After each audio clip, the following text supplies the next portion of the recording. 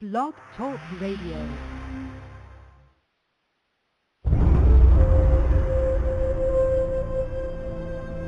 He is the last of his kind.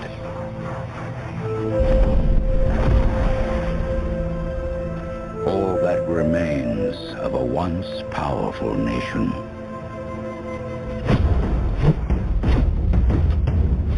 Some think he is a myth.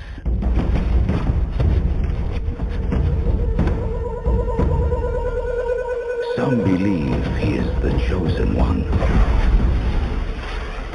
who will bring balance to a world at war. And some will stop at nothing to destroy him.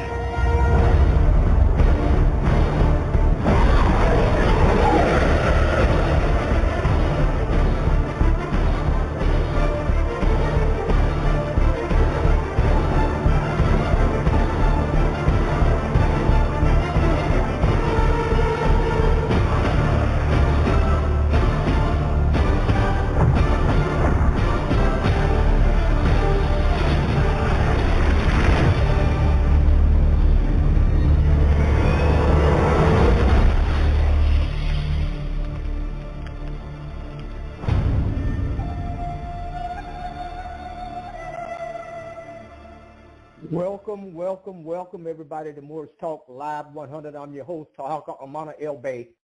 And tonight, my special guest will be Dr. Walter Williams. We'll be dealing with the ancient African Egyptians vanished and the Negro appeared. Now let me clear some things up for you because first of all, anytime that you hear me say the ancient African Egyptian, I'm not talking to you about a people that are Africans. I'm only describing the complexion of the people, because the place called Africa was a name that was given to the landmass by someone else. They already had a name. For instance, when you come to America, or what you know of as America, how could the name of this land be called America that was given to this land by some foreign person that don't belong on the land, that are not native to the land, but came and labeled this land America? Now, how do we know they did that? Because when they came to the land, there were people already on the land. We were on this land. There was no such thing as a place called America. We had already given our land a name. You follow? You see what I'm saying? If you invite me to your home, and I come into your home and I look over in the corner and I see a lamp, beautiful lamp sitting on the table, and I tell you, well, look, I'm going to have to take that lamp with me because I discovered it. First of all, I can't discover nothing in your house. Not a doggone thing. I can't label nothing. I can't discover nothing. I ain't found nothing, none of that. We got to get these things right in our mind. The ancient African Egyptians vanished and the Negro appeared. What is a Negro? Did you label yourself a Negro, or did somebody else do that? What is an African American? What in the heck is that? What is that? What is black people exactly? Now, me and Dr. Walter Williams we are been trying to get you all to wake up to your nationality, the ancient Egyptians. We've been trying to get you to do it. The Moors, Egyptians, one and the same people. Moors, Egyptians, Moors, Egyptians, Moors, Egyptians. Your nationality. That's your status. That's your legal and political status right there. Now, Barack Obama, they questioned him about, well, you know, Mr. President, why can't black people get reparations? Barack Obama told you, black has no standing in law. So there's nothing I can do for black people because there's no such thing as black people. But because me and Dr. Williams and the other people trying to get you to understand that you need to wake up to your nationality and your proper status, they realized the attack. And they jumped out and well, Black Lives Matter, Black Lives Matter. No, Black lives don't matter because there's no such thing as black people. But now they're fighting desperately. They got it all over the United States. They're all down in the streets.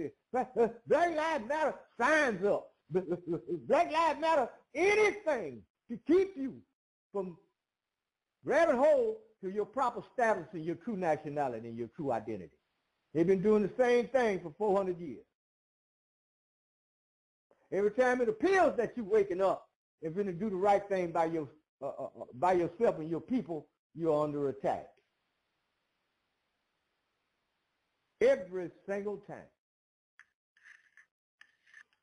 The Moors and Egyptians are one and the same thing. Dr. Williams already told you the word Moor is a nickname for the same people, the ones who built the greatest civilization the world has ever seen. They brought the light of civilization to the world. You done that. You didn't come here on no slave ship. You were already here. Any historian, and if you go back and you read certain books, they'll tell you that during the so-called slave trade, which is one of such thing in those slave trade, these was a kidnapping of innocent people and making them prisoners of war. That's what that was all about. And they will tell you that during that time period, 200 million people were killed in the Atlantic Ocean. A lot of them were jumping off ships and all kind of stuff. These are 200 million people that didn't make it here. So how do you explain 60, 70, 75 million of us here? The truth is we were already here. But in order to maintain control and the stranglehold over you, we need you to, we're going to have to wipe out your identity and your culture, your ancient story. We're going to have to give you a label. Negro, colored, black, African American, anything but Egyptian. Anything other than the Moors. Anything other than that. Black Lives Matter. Black Lives Matter. And here we go, running around. We got T-shirts on to my Black Lives Matter. Take it off. There's no such thing as black people. They never existed in the history of this world. They don't appear on the map of human geography nowhere on earth. It doesn't exist. So cut it out. Where on the map of human geography are they located? What is the above mentioned people's nationality? Okay, let's just deal with the map. Okay, now we got a land called India. And the people on that land call themselves Indians. India, Indians. India, Indians. We got China, we got Chinese. We got China, we got Chinese. We got Japanese, we got Japan. We got Mexico, we got Mexicans. We got Cuba, we got Cubans. We got Puerto Ricans, we got Puerto Rico. We got British, there's Britain. We got English, there's England. And the list goes on and on and on and on. So that's on the map of human geography. So my question to you at this point is, where on the map of human geography is black people, African American people, Negroes, colored, blacks, where Where is it located? Point it out to me. You need to cut it out. Why won't you change your nationality? Why won't you change your mind about your identity? Why? It don't cost you nothing. Not a doggone thing. You was born a Moor. You were born an Egyptian. You always been on this land. Always. The oldest bones found in this hemisphere on this land look like you. Even down in Brazil, Cuba.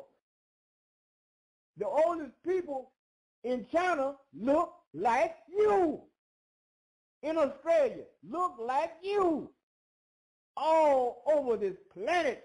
So what makes you think this land, in North America, or what they call in America, which is a Mexican, what makes you think that you wasn't here? What makes you think that? So why are you running around telling people about, oh, you know, I'm a black guy, and they put it on paper and giving it to you, classifying you as black, and you ain't suing nobody about it? What's wrong with you? Now, I don't want to get all upset here, but this really bothers me because I don't have no problems out of Europeans. When they hear me go off and start laying the facts on the table, they just turn around and walk away. They can't handle that. But my problem comes from people who look like me. Oh, you ain't no better than me. All those black, I'll hit you in the head with a brick if you don't stop. Tired of you.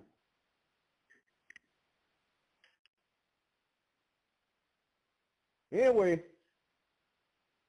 our special guest is Dr. Walter Williams, and I'm going to get on with these commercials. Y'all hold on. When we come back, we'll be going into the broadcast. Keep in mind, later on in this broadcast, we'll be opening up the phone lines. The number to dial into the broadcast is 319-527-6084. Press 1 on the phone if you got something to say. And don't come in here tonight with no crap, because I ain't playing. Y'all hold on a minute. Hey everybody, this is Tarhaka again. I would like to introduce you to the Great Debate. We now have copies of the Great Debate. Dr. Walter Williams debates Prince Ezekiel ben Israel of the Hebrew Israelites. Also, Reverend Henry Hardy of one of the most prominent churches in Chicago, Illinois. Chester Blair, a major attorney in Chicago. And Munir Muhammad of the Nation of Islam. The whole thing is hosted by W.L. Lillard. Dr. Walter Williams debate these men on their belief versus what he knows for a fact and he can prove. Get your copy by going to www.tarhakadebtelimination.org. That's tarhakadebtelimination.org, or you can go to newdataelimination.com. newdataelimination.com. Contact me for your copies. Okay? The Great Debate. You got any questions, just give me a shout. Peace. For Tarhaka's free report, go to tarhakadebtelimination.org. Put in your email address, and he will rush your free report to your email box. Learn about what's going on in America. Learn about big tobacco and what's in it for you. Go to www.tarhakadebtelimination.org. I'm Chantel. Thanks. All right, ladies and gentlemen, we're back. Now, I want to, before my guests get in here, I want him to, when he does come in, I want him to tell us a little bit what he can about the Great Debate. And but I want you to think about something, because I just got through telling you what they've done. I really look at TV, but I've seen something on the internet about a documentary on a man by the name of Kincaid, and he was an explorer. He went up in the Grand Canyon. And he went into a cave and he found Egyptian mummies, Egyptian artifacts, and all kind of stuff in Egyptian. And he also found a statue of Buddha up in there. And he went and began to tell people about what he had found, and he made the mistake of contacting the Smithsonian Institute. the Smithsonian Institute went to the area, he took them to the area where it was. They went in there and confiscated as much as they could, and then they sealed up the cave. Sealed it. So you could never come back and see you. And then they turn around, and Kincaid was never seen or heard from again. They murdered him. And they took your artifacts and went down with it like they always do. They've been, every time they run into some ancient materials indicating that you've been here for thousands of years, they're taking it to the Smithsonian Institute, put it in a crate, and stack it down in the basement to maintain the strength of the cover-up of your identity. They've been doing it for hundreds of years, dumping whole boatloads of artifacts, Egyptian artifacts in the Atlantic Ocean, all up and down the banks of the Mississippi River, digging up artifacts and keeping them away from you. It's against the law for you to go up in certain parts of the Grand Canyon to find anything about your identity. It's against the law. To pass a law to maintain the strength of the cover-up of your identity. Now, when we come back after this little short break, I'm going to open up the line so my guests can get in, but y'all hold on a minute. The white supremacists who own everything, by the way, that's what they call ownership. Mm-hmm. Really, they stole it all, okay? Because that's how they got their capital. That's how they got the building in the first place. That's how they got the land to build the building, by taking it from somebody. People who, in the northwestern hemisphere, by their own admission, see, I'm not making a false charge, because when you make charges, you have to back them up. I'm just going by what the white supremacists told me in the 8th grade, indirectly, in the history books. That's what they call them. They said, Neely Fuller, little colored boy, sit down here and study history. I say, okay, what's history? Well, it's a record of the past, and I want you to know about some of the things that I have done in the past. And what I have done is that I took a whole lot of land from some people that I considered simple-minded, ignorant, backward, and made it my land. I killed them. I killed their children. I killed their grandmothers. I killed them. And I forced them on little portions of land that I call reservations. I'll reserve a portion of what I took from you for you, and even on that land, you're not going to be able to do anything except what I say do, which is mostly stay drunk all the time. And that's my history, and I'm proud of it. And I want this little colored boy that I've dragged his ancestors over here to do the work on the land that I took. And I want him to learn it. I was born on a slave ship. Me, personally. The slave ship is the entire planet. That's the way you look at it. Because they have taken over the minds and bodies of the people on the planet. The white supremacists are the most powerful people on the planet. So the most powerful people are the people you have to look to get whatever it is you want, whether you think you're doing that or not. But there are many what you call, quote, unquote, proud black people who have that short-sighted vision who do not see that. They say that I got this, I went to this university, and I studied, and I got this. Who set up the university, sir or ma'am? I mean, stop and think about what you're saying when you talk about your great degrees that plaster your walls. Well, stop and think about who gave you those degrees of knowledge. Now, they call it degrees, meaning I'm not giving you the whole thing. I'm giving you a degree. I'm not giving you 360. That could be. I don't know. It comes down, it's been discussed by many, many people, why do the white supremacists practice white supremacy? I have not done a lot of research on that. There are people who have. And there are many, many theories. There are many concepts about why this is.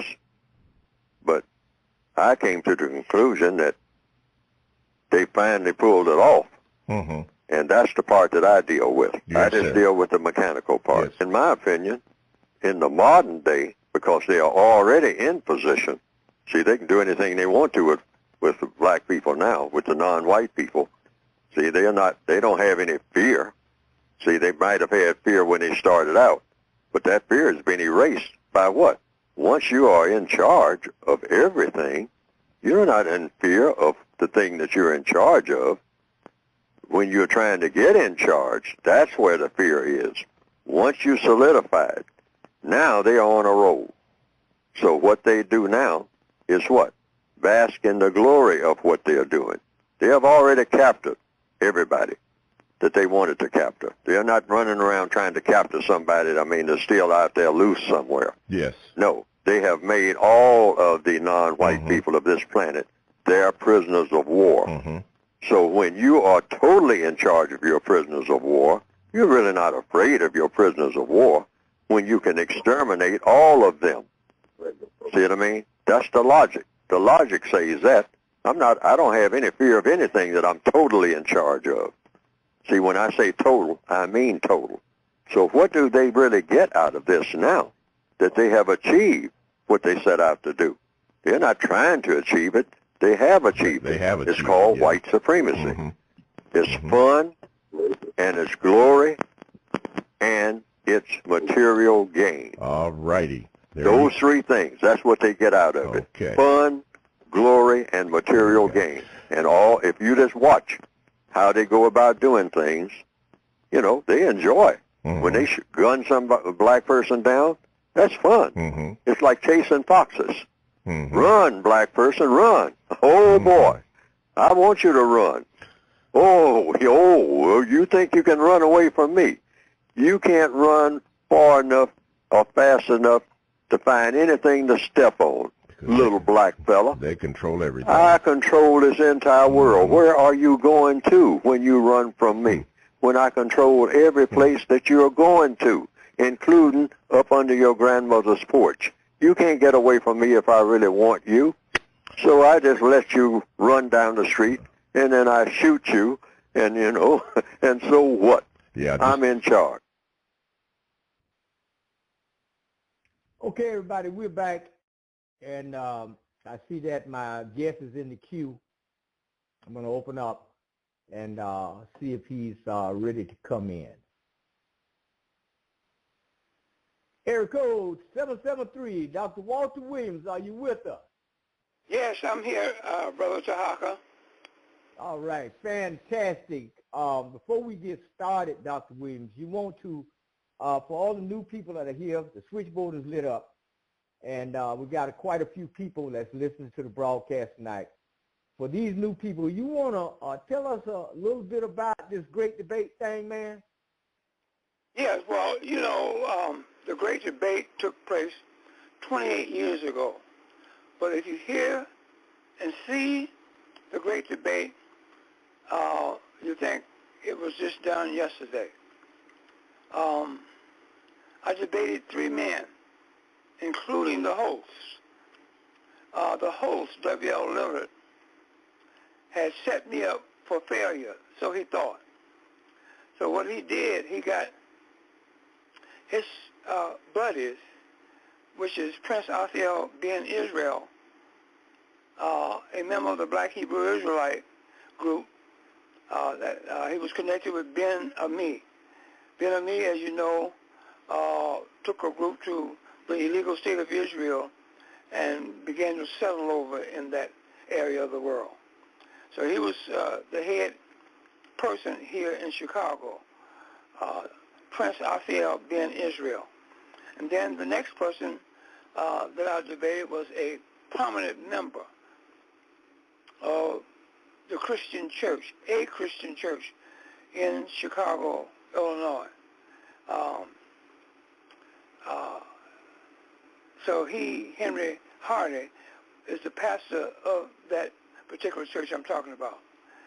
And the person I debated was a member of the Nation of Islam, Munir Muhammad.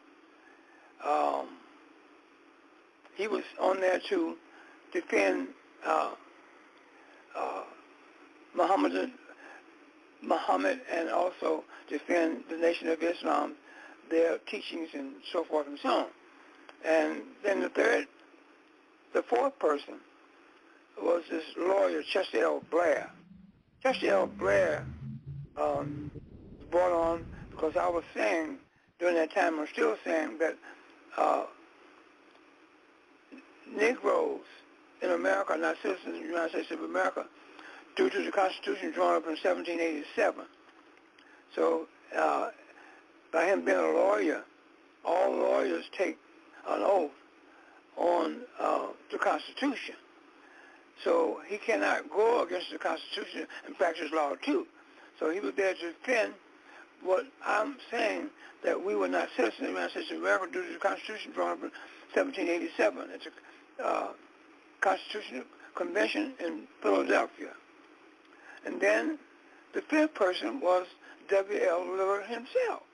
W.L. Lillard, like I said before, set this up for the sole purpose of defeating Walter Williams. So it's a very exciting tape. Every time I look at this tape, I get chills and things that come over me that makes me feel good about the tape, because I'm disseminating a lot of good information. So I would recommend people in the listening audience, if you haven't got the tape, purchase the tape from Brother Tarhaka there. So that is what I have to say about the tape, Brother Tarhaka. All right. Fantastic, Dr. Williams. For those of you who would like to actually look at the great debate, all you have to do is go over there to tarhakadataelimination.org. Click on the donate button, do a one-time donation of $29.95, and I will send the direct link to you. Click on it. You right there in there. You watch the whole thing from start to finish. The great debate. Dr. Walter Williams doing the great debate is fantastic. I got to give it to you, my brother. You did a wonderful job on that thing. Fantastic. That's something that everybody that look like me and you in America need to see. You really need to see that. But moving along, the ancient African Egyptian vanished, and the Negro appeared. Isn't that something? You want to give us all the ins and outs and the ups and downs on this situation, Dr. Williams? You have the floor. Okay, well, the title and the topic of our discussion tonight is just like Brother Tarhaka said. The ancient Egyptian vanished and the Negro appeared. Again, repeat, the ancient Egyptian vanished and the Negro appeared. That's our topic of discussion tonight. Now, there's a lot of human history behind that statement, and you got to use the discipline of history to understand that statement. Okay? We, as an African people born in the United States of America, we got 50 or more million of us living here. And we use the names that we identify ourselves does not connect or is attached to land. You say that you're a Negro, there's no Negro land. You say you're black, there's no black land. Negro and black is synonymous. And you say you're African American, there's no African American land. So now, who are we as an African people? You're telling the world with those names that our history started with slavery in America. That's not true. Our history goes back further than that. It goes back to the very beginning of human history. And that takes you right back to ancient Egypt in the continent of Africa, in a country called Egypt. So now, we got to find out what happened to our African ancient Egyptian ancestors after the Greeks came into Egypt. Now, the European has been in charge of this planet that we call Earth for 2,353 years. 2,353 years. That's how long he's been in charge of it. But now, time has come for us, descendants of the ancient Egyptians, to tell the world who we are. Okay? Now, how did we become Negroes? You have to retroact back to Spain. Okay? And you got to go back to Spain. And that's where you find the word Negro, which is synonymous with black, given to our African ancestors, the ancient Egyptians, by the Spanish-speaking people, after they asked our ancestors, the ancient Egyptians, to come into Spain and bring civilization to them. So that is a very important piece of information, what I just departed at, just a moment ago, that they, the Spanish-speaking people, asked our African ancient Egyptian ancestors to come into Spain to bring civilization. Okay? Now what does that have to do with black and Negro? Well, let me tell you. The first thing you need to know is what I said. The Spanish-speaking people asked the ancient Egyptians to come into Spain and bring civilization. That was the beginning of the first Renaissance era for Europe. Okay? Now, when they, this is in the year 1091, they asked the ancient Egyptians to come into Spain to bring civilization, 1091. You got countries along North Africa that borders the Mediterranean. You got Egypt, and you go west of Egypt, you got Libya, you got Tunisia, you got Algeria, you got Morocco, and Mauritania. Those are the 6 countries, right, in North Africa bordering the Mediterranean. Now, when this request was asked by the Spanish in 1091 of the ancient Egyptians to come into Spain to bring civilization, the ancient Egyptians used the country called Morocco. Why? Because Morocco has an extended land that extends out into the Mediterranean more so than the other 5 countries I just mentioned, Egypt, Libya, Tunisia, Algeria, Mauritania. Now that extended land is called the Strait of Gibraltar. And once you get to the end of that Strait of Gibraltar, you take a boat, you travel 8.9 miles to get to the shore of Spain. And once in Spain, at the request of the Spanish people, they didn't invade over there. Because our ancestors are not savages. Only uncivilized people invade other people's territory and their land area. Okay? Our ancestors, by them being asked, this is what and how they feel that request of being asked to come into Spain. Once in Spain, the Spanish people began to call them black or Moors. Now, the word Moor is a nickname and a political name. Let's investigate that. Black or Moors. Now, they're saying that these ancient Egyptians who asked to come into Spain came by way of Morocco, using the Strait of Gibraltar, like I just mentioned. And once in Spain, they were identified by the Spanish people as being black or Moors. Now, black and Negro is synonymous, one and the same. See? So that's how the word Negro and black was applied to our ancestors, given to our ancestors by way of a nickname called the Moors. Now, let me cut through the chase a little bit. Now, this is in 1091. After being over there in Spain for 373 years,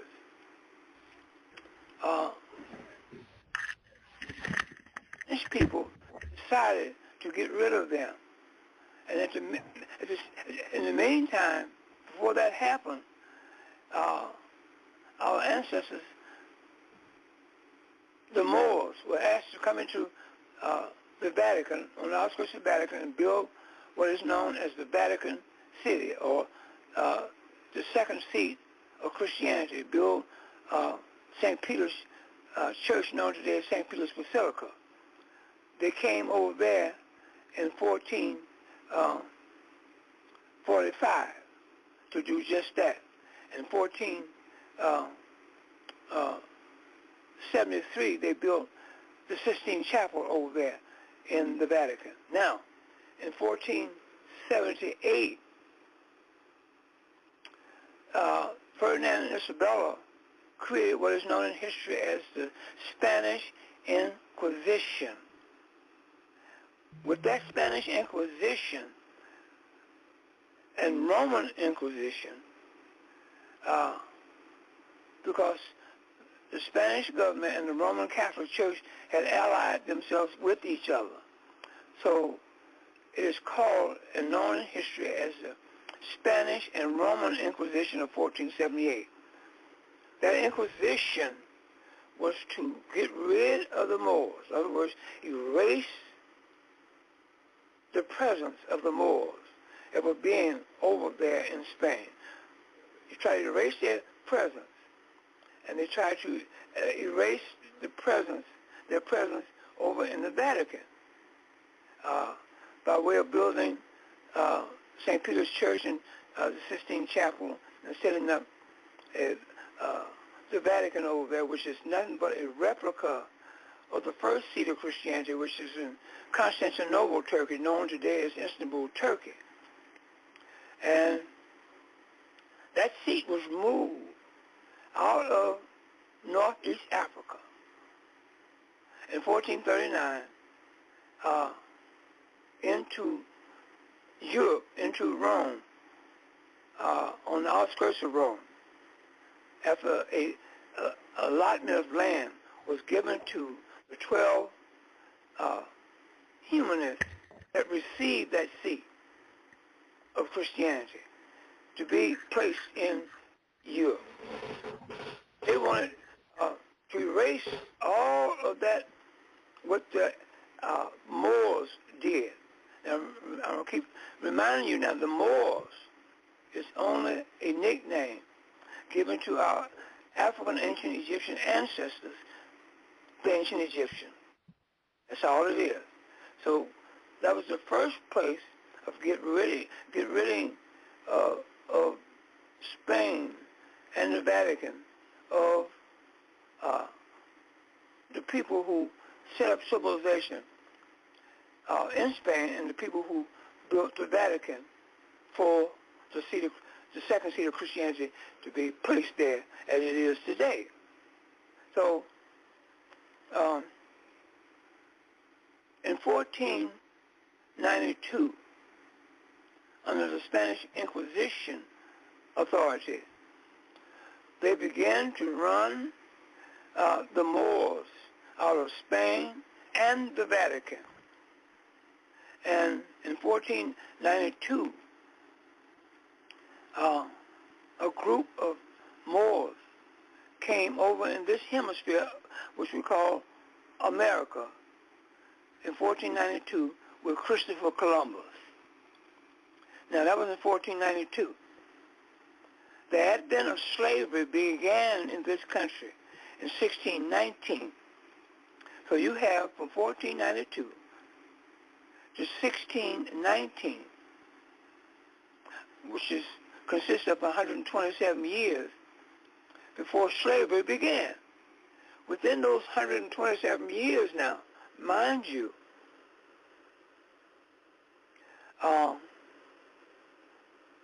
the Moors, who are descendants of the ancient Egyptians,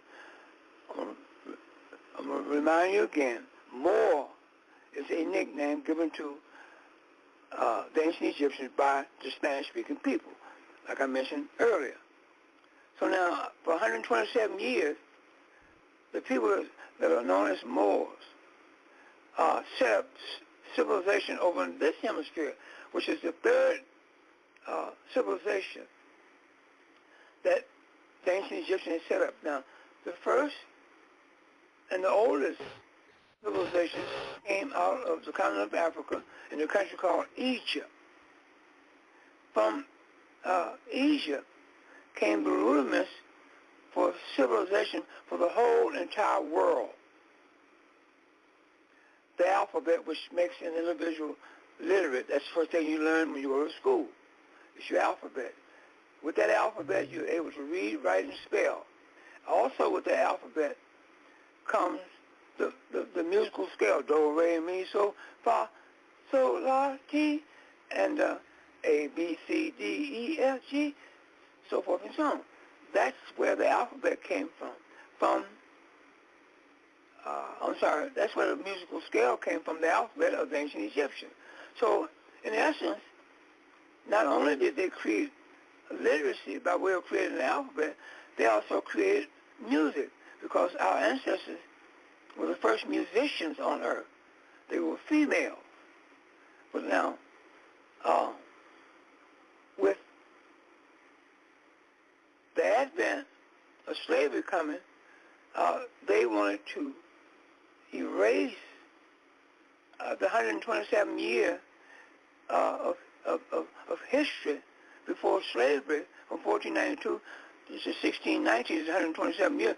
That 127 years was taken up to bring civilization, set up civilization in this country, in this hemisphere of the world.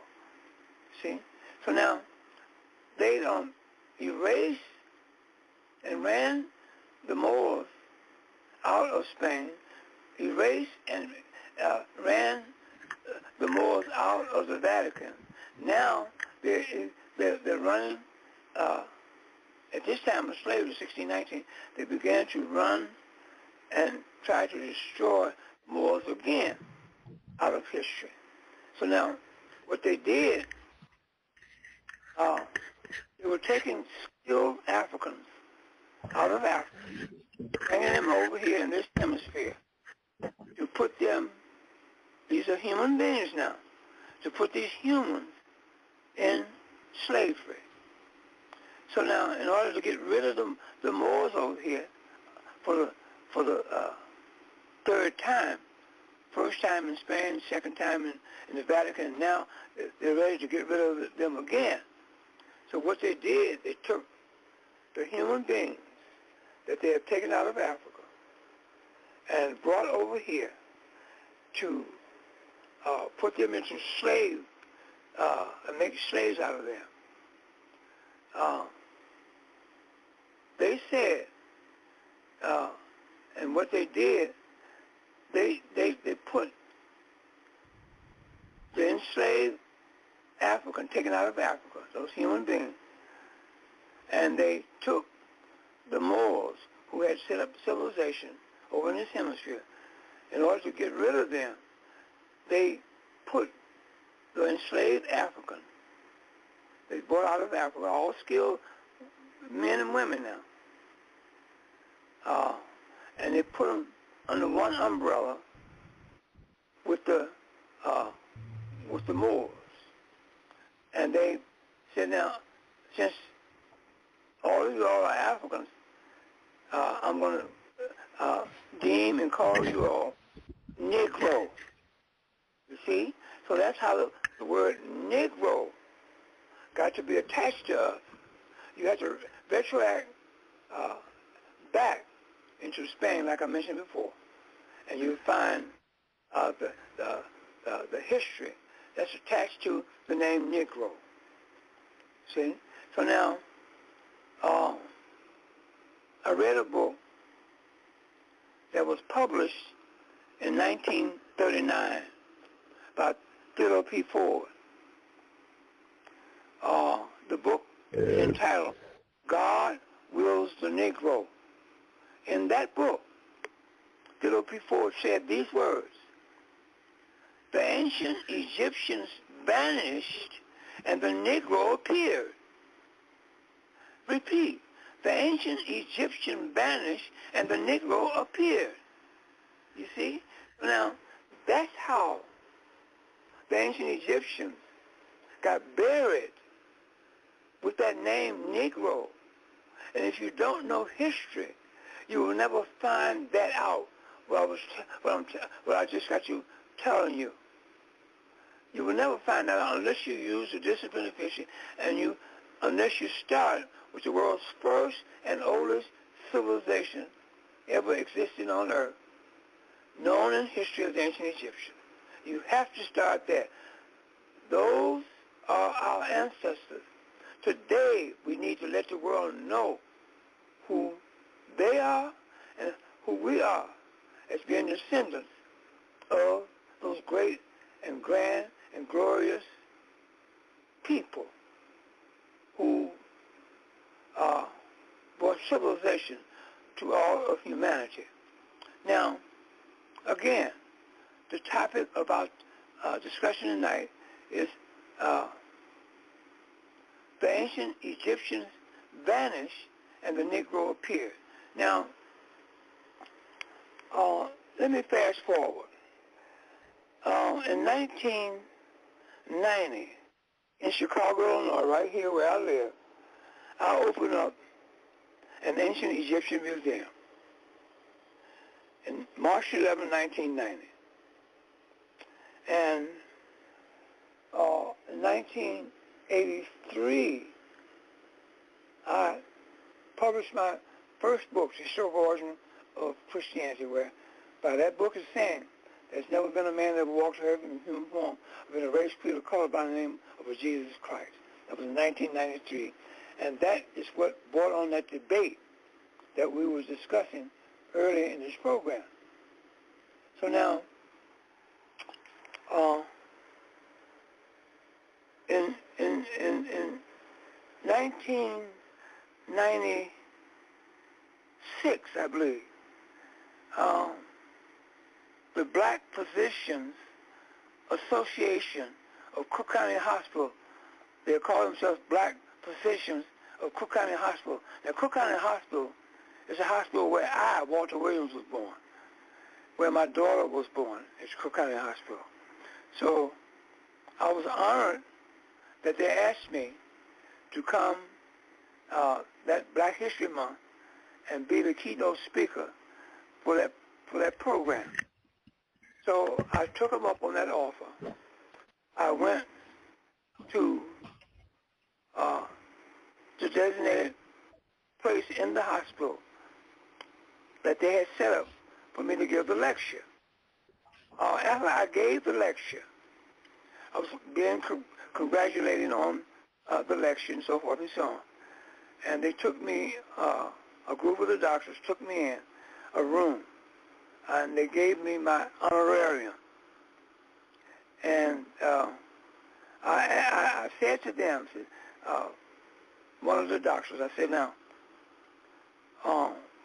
why don't you all call yourselves the Imhotep Physicians Association of Cook County Hospital instead of the Black Physicians of Cook County Hospital? I said, this way you give honor to your ancestors, our ancestors, the ancient Egyptians. So one of the doctors said to me, how do you know that we are descendants of the ancient Egyptians? I said, okay, let me talk on that a little further. I said, now, do you agree, doctor, that it was the African people, known in history as the ancient Egyptians, that built the Great Pyramid? He said, yes, I agree to that. This is during the time of antiquity. I said, do you also agree that there was a group of people known then and still known as the Greeks back in the the time of antiquity, walking this earth? He said, yes, I agree to Greeks being back during the time of antiquity. I said, okay, do you agree that the Romans, known today as the Italians, will walk this earth during the time of antiquity? He said, yes, I agree to that. I said, okay, now, let me go a little further.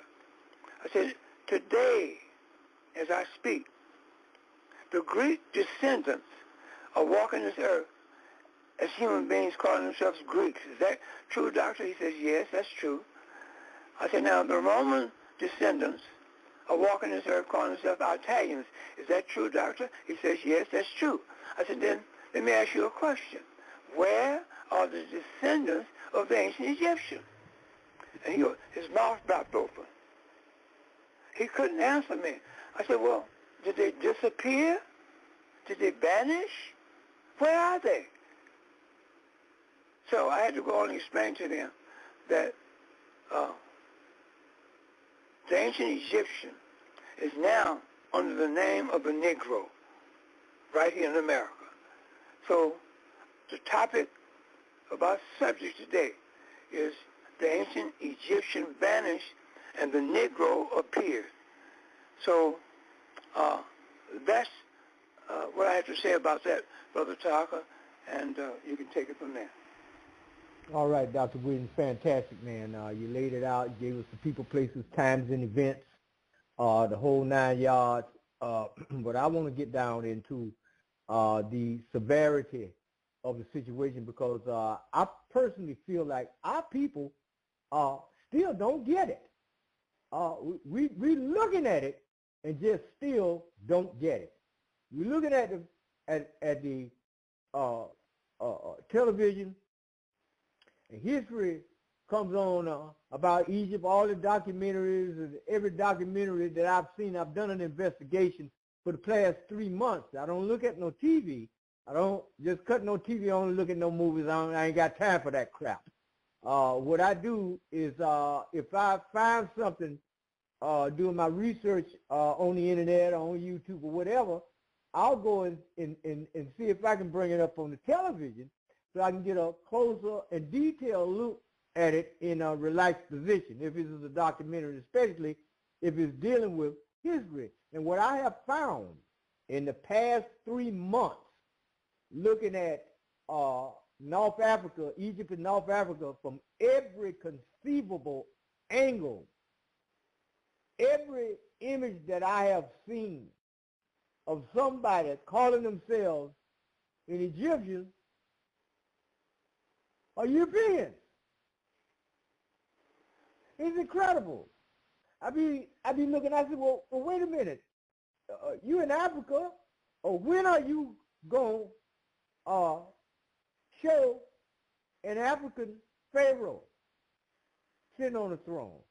When are you going to show the African? Keep in mind, when I say African, I'm only talking about complexion.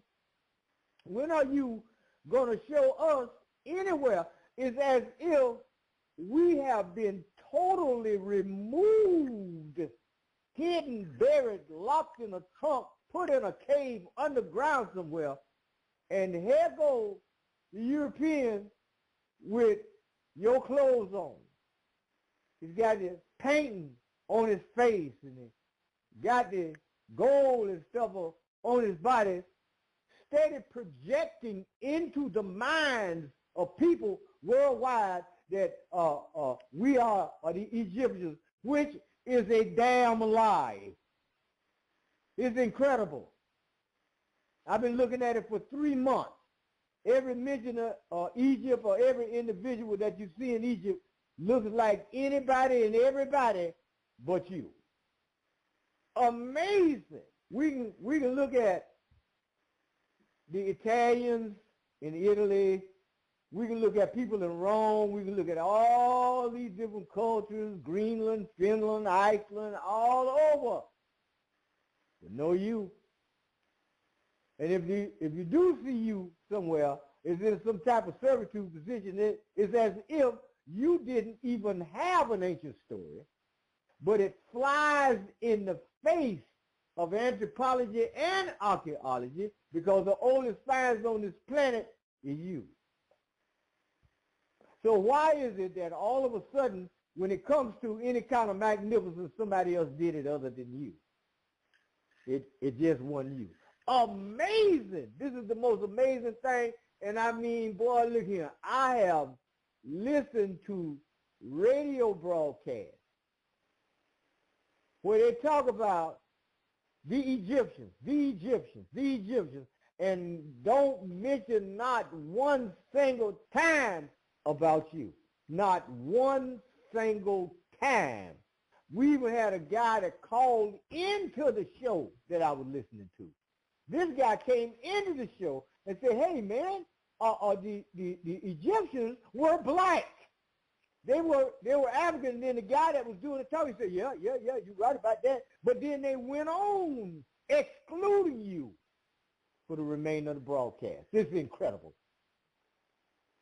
Well, Dr. Williams, in your opinion, this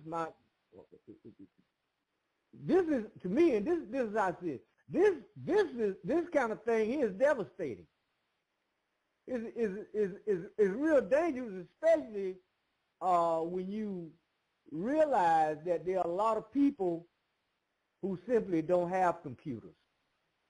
There are a lot of people that look like me and you that don't do no research whatsoever.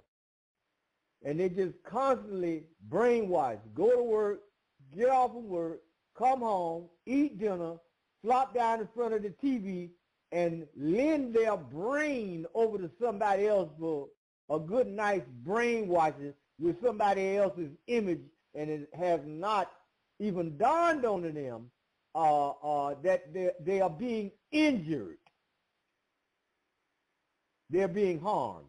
I had a situation one time, Dr. Williams, where a brother, Jamal, he asked me if I would go to this, they was going to go and do a presentation at this kindergarten. And he asked me if I would go along with him. And I said, yes, I would. I would love to talk to the little children and explain to them what's what. And when we went in there, we discovered that we had the teacher, she was a Puerto Rican woman. And she had two little Puerto Rican students and had a little white child. And then she had a whole group of our children there. So after the brother gave his presentation, it was my time to come up there. And when I came up there, I began to teach the little children about our ancient story and the greatness and magnificence of the Egyptians and the light of civilization, and learning how to spell, learning how to teach these people how to take a bath, learning how to read, learning how to count, and learning how to write, and all this here. And the teacher was shocked. She called the owner of the nursery and told her that I had came in there misleading people. And the lady called me on the phone. I said, ma'am, you own the nursery? Yes, I do. I said, did you go to college? Yes, I do. And I have several degrees, including a master's degree. And I was right here, and they told me that you're going to, I said, well, look, let me tell you exactly what I told these people. I said, I told them about the greatness and magnificence of our people. And I told them that our ancient story had been buried and who we really were, and kings and queens and African and stuff. So are you telling me that that was a lie? No, that's not a lie. But we can't have that kind of talk. I said, wait a minute. We can't have that kind of talk? You mean to tell me I got to, when I come in your nursery, I got to carry on, and you look just like me, I got to say the same lies instead of telling the truth? Is that what you're saying? Well, sir, I'm going to tell you right now, I would appreciate it if you just simply don't come back no more. I said, wow. Educated, college degree. But you want me to tell these children who look like me a lie. For what? To please who? Why? That really bothered me, man. It was incredible. I asked them, well, where you at? Well, I don't want to see you, and I don't want anybody to know women. I said, I'd like to meet you one day. I don't want to meet you. I said, I know you don't. But there'll be a great shaking in the land. But anyway, Dr. Williams, you want to tell us how to get a hold of your books, man? Yeah, I the author of two books. One is The Historical Origin of Christianity, which has been out for 28 years. The thesis of that book is saying that there's never been a man that ever walked the earth in human form and been a race, creed, or color by the name of Jesus Christ. My second book has been out for 18 years. It's called The Historical Origin of Islam. And the thesis of that book is saying there's never been a man who walked the earth in human form by the name of Prophet Muhammad of Islamic tradition. Now, those books, it's selling all over the world. You can go to your local bookstore, whether it's an African bookstore or a European white bookstore, Barnes & Nobles, etc., etc. Or you can go to the internet and purchase my books. Or you can call my main distributor in Chicago, the Underground Bookstore, which is owned by Brother Yoel, and the listening audience know Brother Yoel because he comes on with us every last Sunday or every time we're on your show, Brother Tarhaka. And you can reach Brother Yoel, the Underground Bookstore, by calling him to order my two books I just mentioned at 773-768-8869. 773-768-8869. Brother Yoel, the Underground Bookstore. That's how you can purchase my books. Now, but I want to say this to go along with what you got you saying, Brother Tarhaka. It is not the fault of our African people living in the United States of America that they don't know about ancient Egypt. The reason why they don't know anything about ancient Egypt is because it was done on purpose. We were targeted by the white male establishment to keep us away from ancient Egypt. That's the reason why I use the term African ancient Egyptian instead of Egyptian. An Egyptian are the people living over in Egypt today, and I call them white Arabs with white faces. They're not the indigenous people. They are occupiers of Egypt. The real indigenous people, what's left of the indigenous people, are called Nubians over there. So if you ever go to Egypt, you're going to be greeted by a group of African people calling themselves Nubians.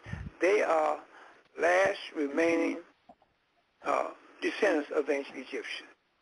So we, as in this country, has been taught away on purpose now from knowing who we are. That's the reason why we call ourselves Negro, Black, and African Americans. Those three names leads you back to slavery.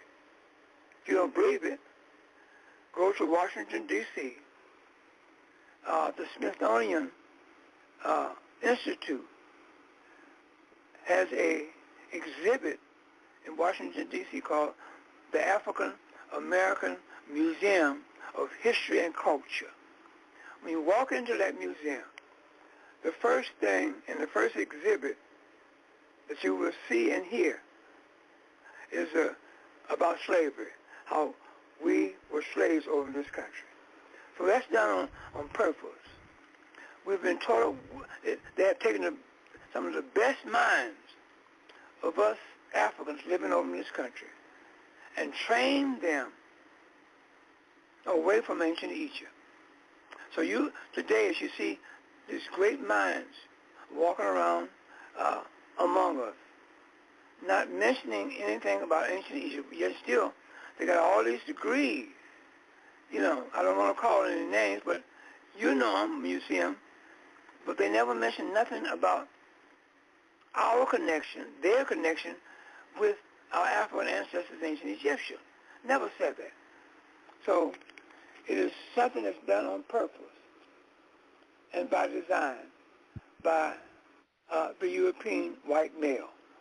Now, one year, my wife and I, we went to Washington, D.C., and we went into the Smithsonian Institute because they had an exhibit on display of, and telling you about something about every country in the continent of Africa. Now, in the continent of Africa, it's supposed to be 54 countries. They told us about 53. You know, told you the name of the country in Africa, the language that they speak, their habits, and you know, things like that. But they left out one, which was Egypt. They didn't put Egypt in there now. They put 53 countries and left out Egypt. So my wife and I, we went and complained, and we wrote a letter to the Smithsonian Institute complaining about what we just witnessed by visiting that exhibit. And they said, oh, that was an oversight. How are you going to have that as an oversight? That was done on purpose and by design. Wow. Okay? What? Done on purpose and by design. You see?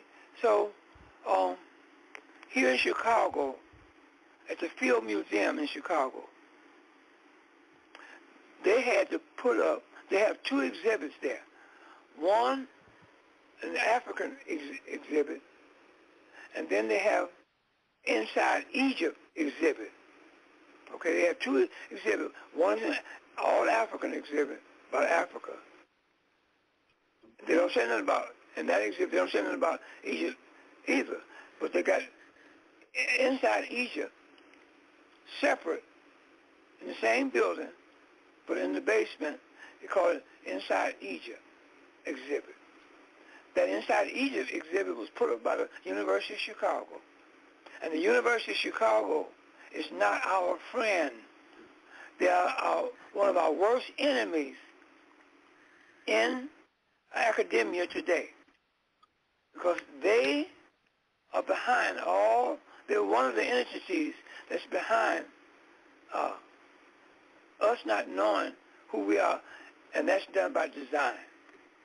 So, I'm saying this to say that it's very, very important that we take charge of our history. Like Brother Tarhaka always said, his story is different from our story or our history. His story was created by the European. That's what he created by way of mythology. He has no history, none whatsoever. The Europeans cannot show you anything in Europe that they have done in Europe that's great. They can't show you that. They have no history. Their history started when Alexander the Greek came into Egypt in 332 BC. That's when their history started. Our history was already in place and functioning before the Greeks got there in 332 BC for 9,668 years, before the Greeks ever came on the scene of history. And when they did finally come on the scene of history, civilization was over with. See? So they're not going to tell you who you are. It's against them if they did that. Because what they have done right before your eyes, that they have stolen our legacy, our ancient Egyptian, African legacy that was left by our royal-blooded ancestors, those Africans who lived in Egypt during the time of antiquity.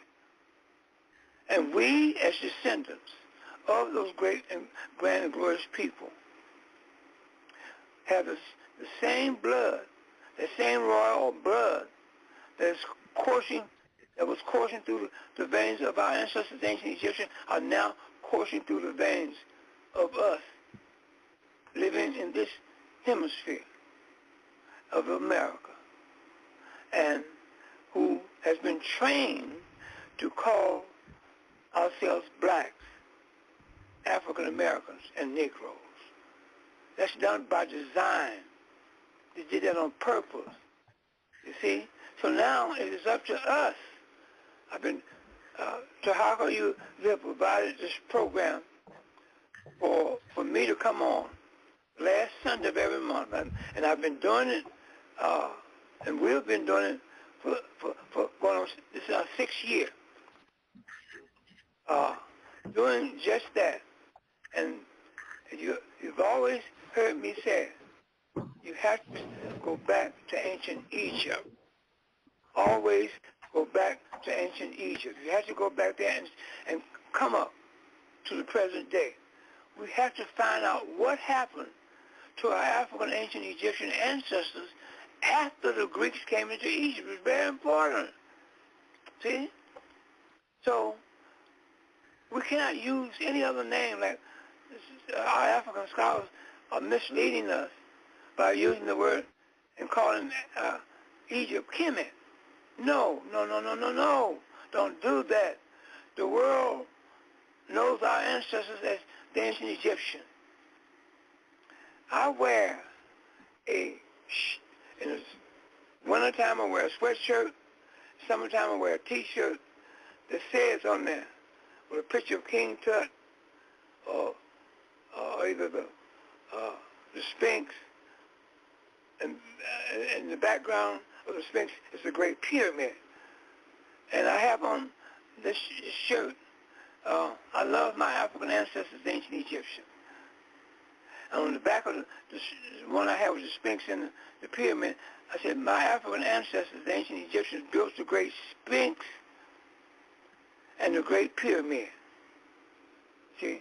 So I have sent you, Tarhaka, I've sent you 2 shirts with the same type of literature, so you can wear it anytime you get ready to tell the world who you are, that you know who you are.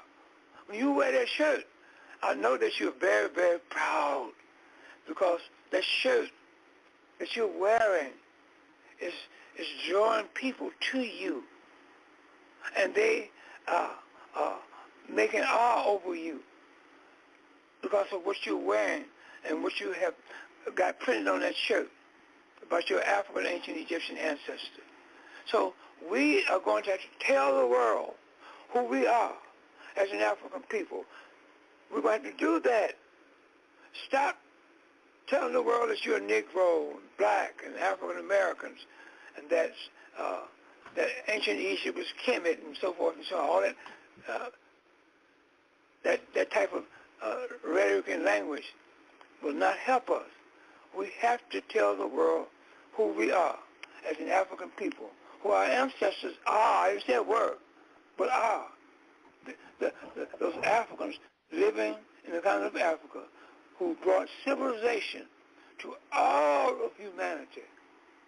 Every last member of the human race that's living on planet Earth are civilized because of our ancestors who brought civilization.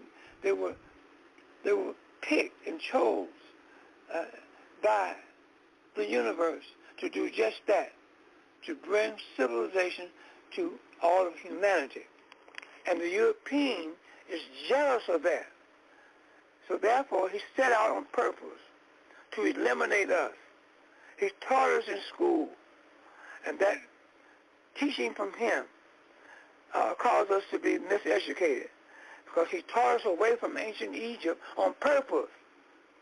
Carter G. Woodson wrote that book, The Miseducation of the Negro, 1933, and that's true.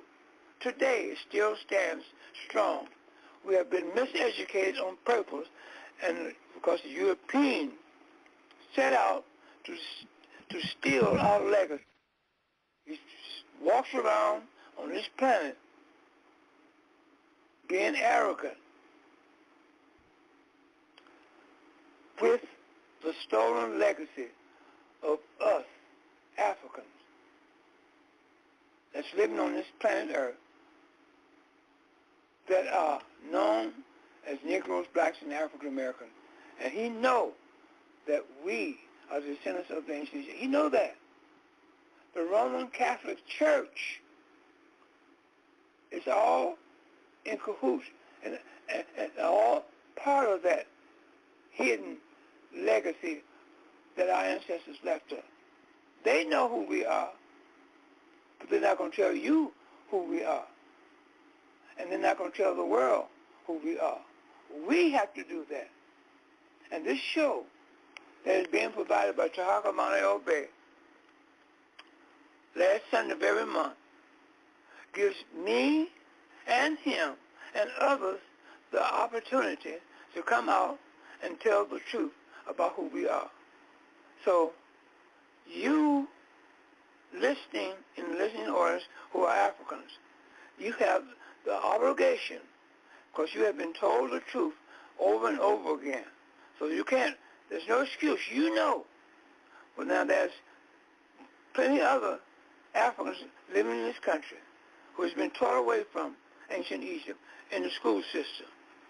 You see, I mean, great minds, brilliant minds, who are walking around thinking that their degrees has caused them to be educated. And those same degrees has taught them to be uneducated. Now, something I want to bring to your attention is this.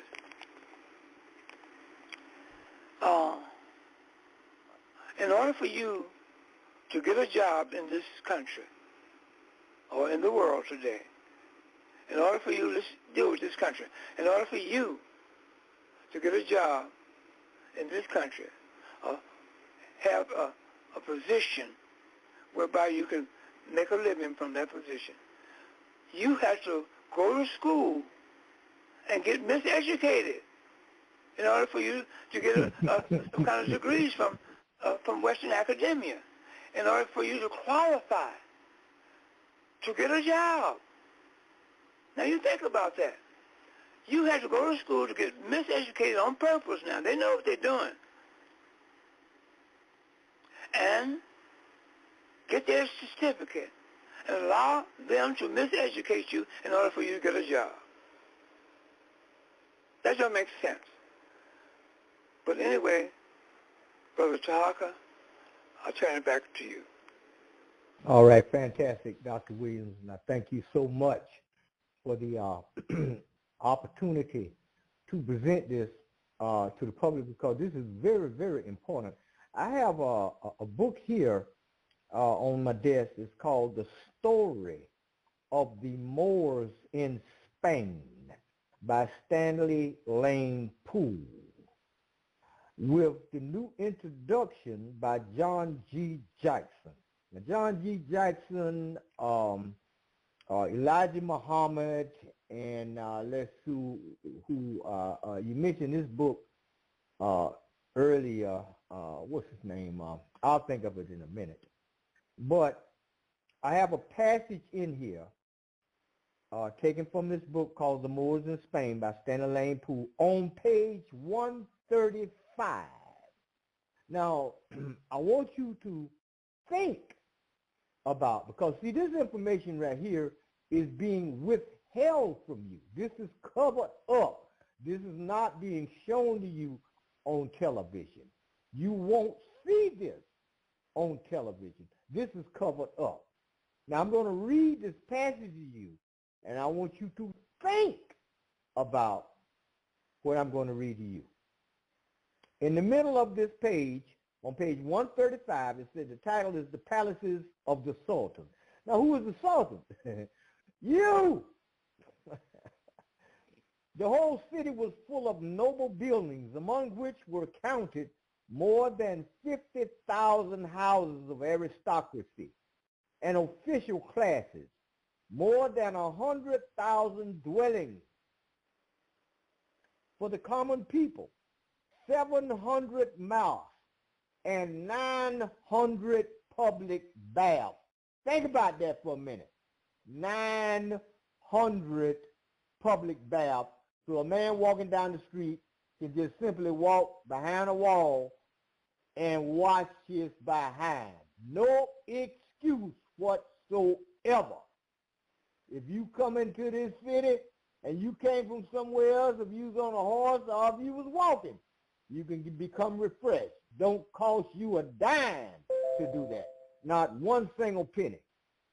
The last were an important feature in all Muslim towns, for among the Mohammedans, cleanliness is not next to godliness or devotion, while the medieval Christians forbade washing as a heathen custom. Now, let me read that again. While the medieval Christians, the Christians that we keep calling ourselves, I'm a Christian, think about it, forbade washing as a heathen custom. And the monks and nuns boasted of their filthiness. Insomuch, now I want you to think about this. Use your imagination. Just think about what I'm going to say to you now. Insomuch that a lady saint recorded with pride the fact that up until the age of 60, she had never washed any part of her body except the tips of her fingers when she was going to take the Mass. While dirt was the characteristic of Christian sanctity, the Muslims were very careful in the most minute particulars of cleanliness and dared not approach their God until their bodies were purified. When Spain had at last been restored to Christian rulers, Philip II, the husband of our English Queen Mary, ordered the destruction of all public baths on the ground that they were relics of infidelity. My friend, that is a shame. Now here you are, calling yourself Christians, and here's the truth about the people that gave you Christianity. And now they got commercials running all over the TV set, and every day you sit down in front of the television set and you watching it, they're telling you about ivory soap and the bubble bath and all this right here. As if they actually know something about it, and then you run out to the store and try to buy some of it.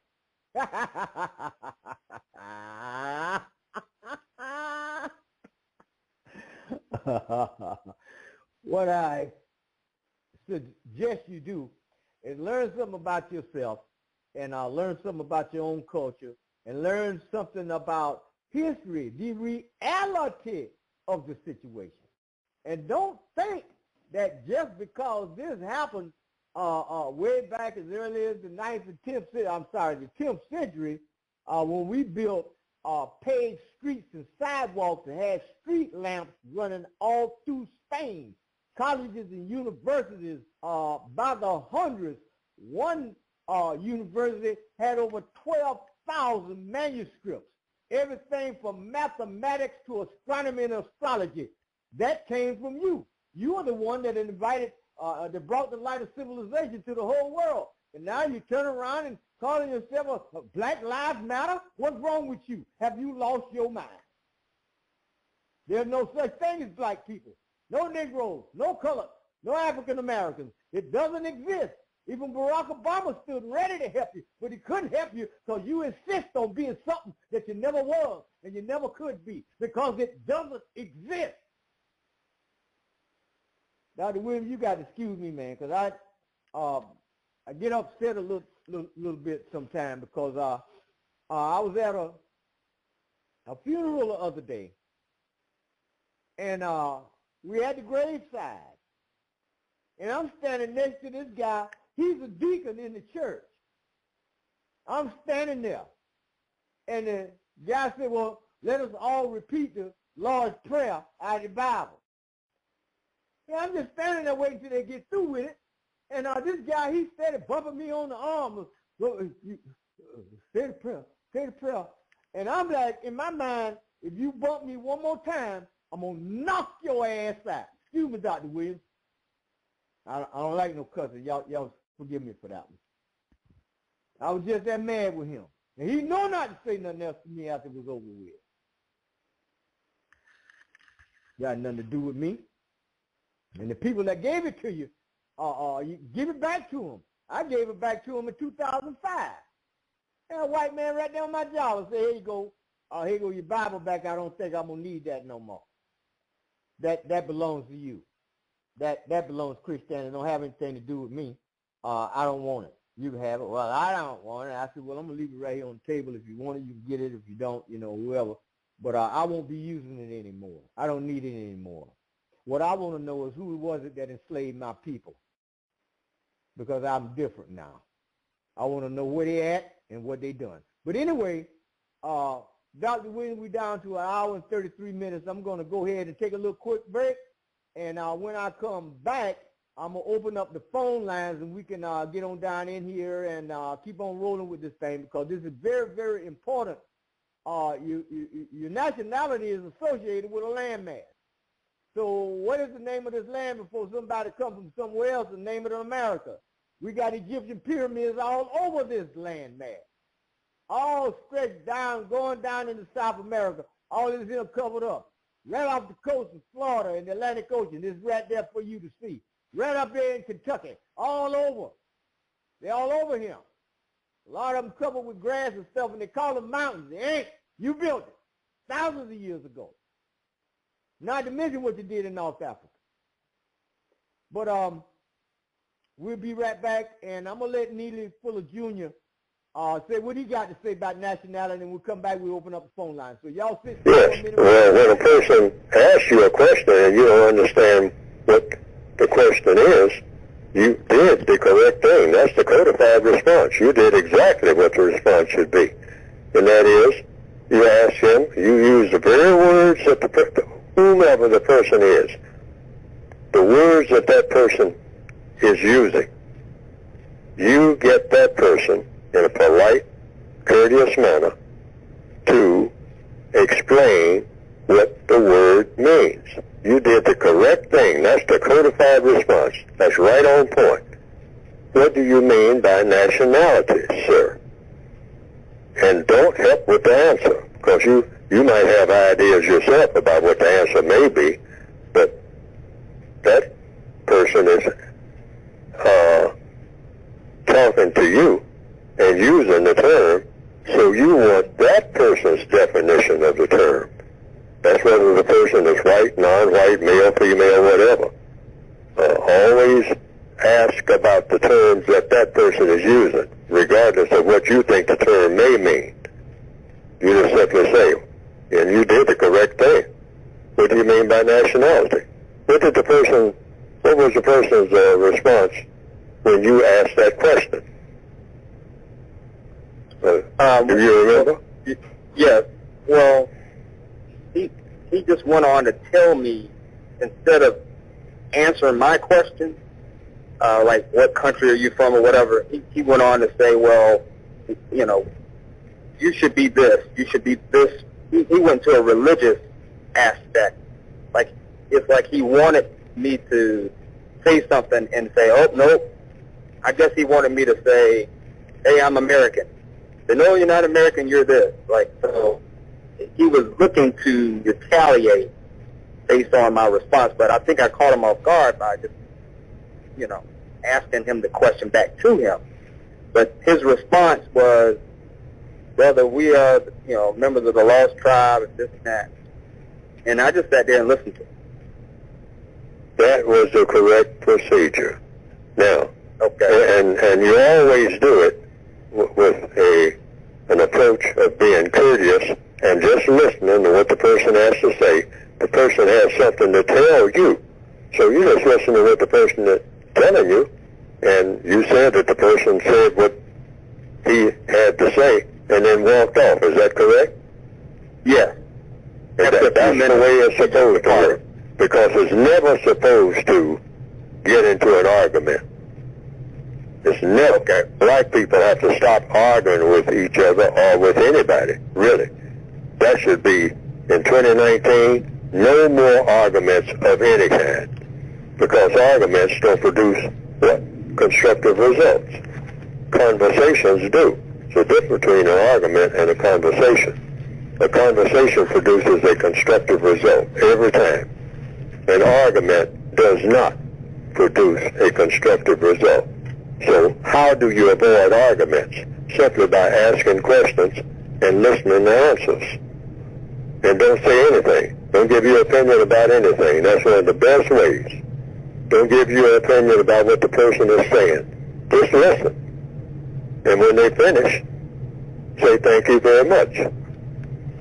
And that's it. You didn't have an argument. You listened to what the person is saying. You understood what the person is saying. And whether you agreed or not, you don't have to say anything. And that's the magic of just asking a question. What do you mean by nationality? And then let the person, just like you did. That's the correct procedure. I hope everybody picks that up. That's the correct procedure. Why? Because in counter-racist science, what does it say? All problems are solved through the process of what? Questions and answers. You asked the question. First of all, he asked you a question. What is your nationality? And then you asked him a question because you wanted clarity. That's the first thing you want in any conversation. Not to lead to an argument. You want clarity. So, in order to clear that up, you said, what do you mean by nationality? And then the person proceeded to tell you what he meant by nationality. So you just listen. And then when he walks away, what you do is evaluate what that conversation was about and see if you found anything in it that was constructive. And if you did, use it. And if you didn't, dismiss it as not being of any constructive value to you, at least at this time. That's it. Okay. And you'll never have an argument. I mean, you hear black people having arguments in subway stations. I mean, arguments all over the place. That should be something that in 2019 is unheard of. We should look at the science of avoiding arguments. All right, everybody, we're back. Title of the broadcast is The Ancient African Egyptians Vanished and the Negro Appeared. Our special guest is Dr. Walter Williams. We will be coming back at the end of this month, and we will be doing another broadcast at the end of the month. We're going to try to do two. That is my understanding that I got from Dr. Walter Williams, so we're going to see if we can kind of pull that off. But we're going to open up the phone line. So if you have a question for our guest, please be brief. The number to dial into the show is 319-527-6084. Press 1 on your phone. That'll give me an indication that you have something to say. 319-527-6084. Press 1 on the phone. That'll give me an indication you got something to say. I'll open up the phone line so you can get in. Now I'm going right here to area code 708. 708. You're on the air. Hey there. Tell us who you are, where you're calling from, what's your question or comment. Okay, can you hear me? Yes, sir. Can you hear me? Oh, good. I'm calling from Chicago, Illinois. My name is Nkashi Bay, also known as Optum.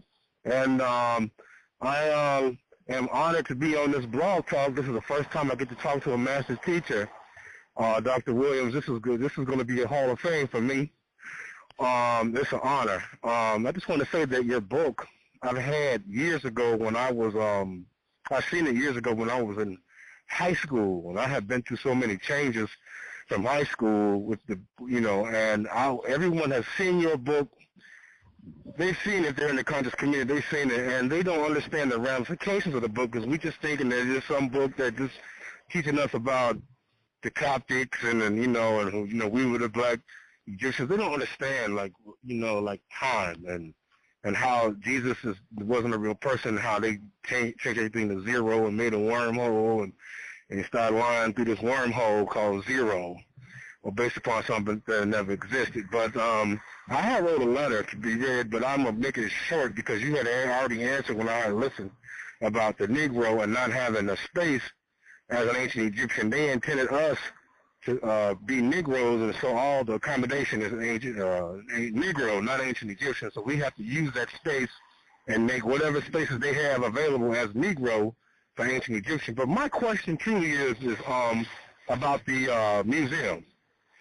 And I was really salty about that when I heard that you had a museum, because I had been so behind. I wish I would have known this stuff earlier. But I have some work that I have done, committed myself. But the question I had already had been answered. I heard you spiritually in tune telling me that space has to be redesigned back to the ancient Egyptian because everything here is Negro. But what about the museum? Is there ever going to be a museum?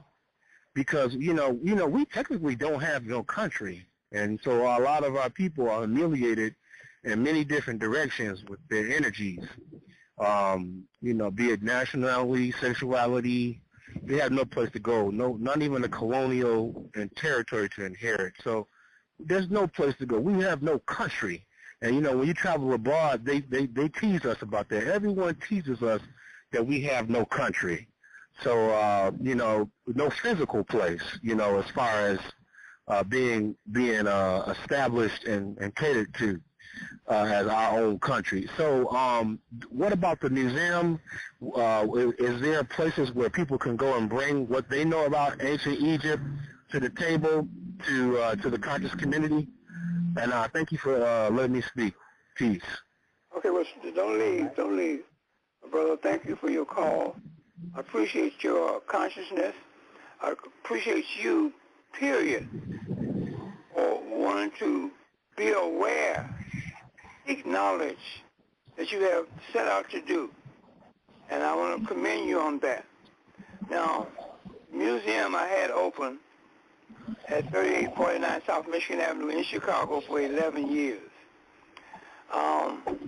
I funded that museum.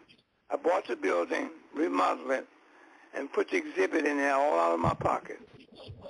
And I set up an institution in there where I train men and women to be scholars so they can teach what I was teaching via that institution.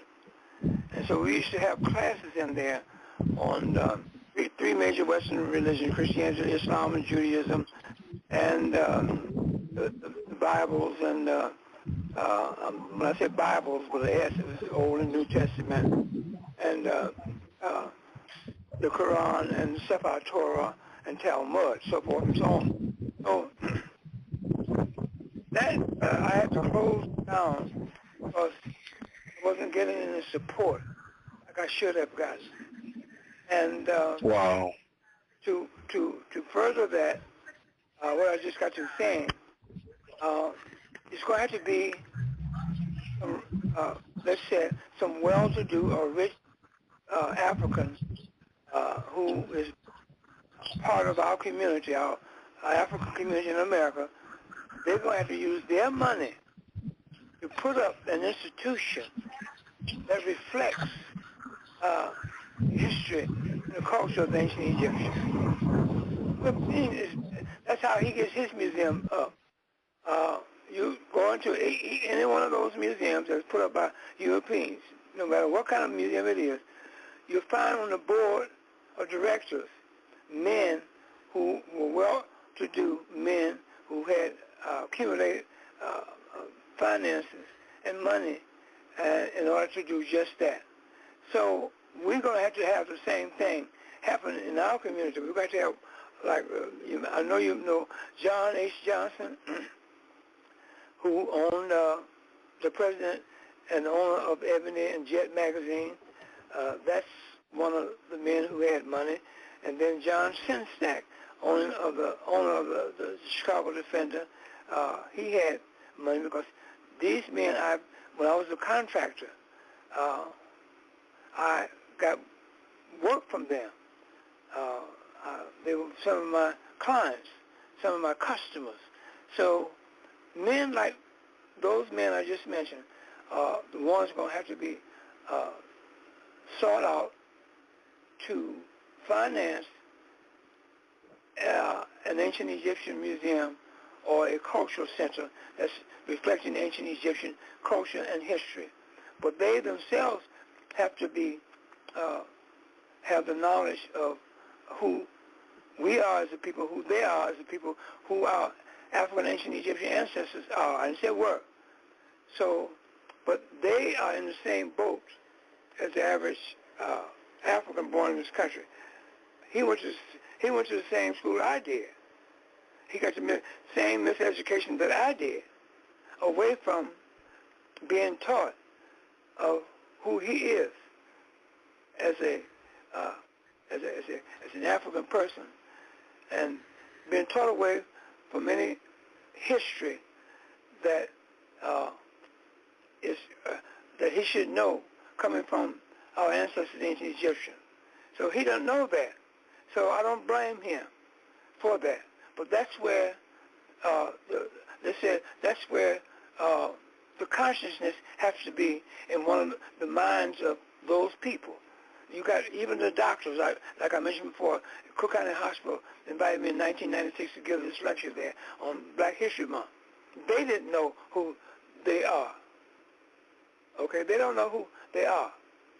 Okay, and they got doctor's degrees, all kinds of medical degrees, and so forth and so on. But they still don't know who they are because the school system didn't teach them who they are. So the first thing, if you're going to call yourself an educated individual, you have to know who you are by way of pointing and going to the world map of human geography and pointing out a land area on that map of geography. So this is where my ancestors came from. This is where I belong. This is me. That reminds me, my brother, of I heard Jonathan Jackson, who is one of the sons of Jesse Jackson. And Jesse, as you know, has been kind of sick and ill. So a foreign country was giving some kind of dedication to Jesse for his work in civil rights work over in this country. So Jonathan Jackson filled in for his father. And once he went to this foreign country, the president of that country asked Jonathan, "Who are you?" And Jonathan, the words that I'm about to speak came out of Jonathan Jackson's mouth. I'm not assuming this. So he asked the man. He told the man, said, "I'm an African American." He says, the man said, "Well, no, who are you?" He said, "What do you mean who I am? I told you who I am." So he's going to get indignant with the man. So the man said, "Okay, don't worry about it. Let's go and have dinner." So in other words, he didn't know.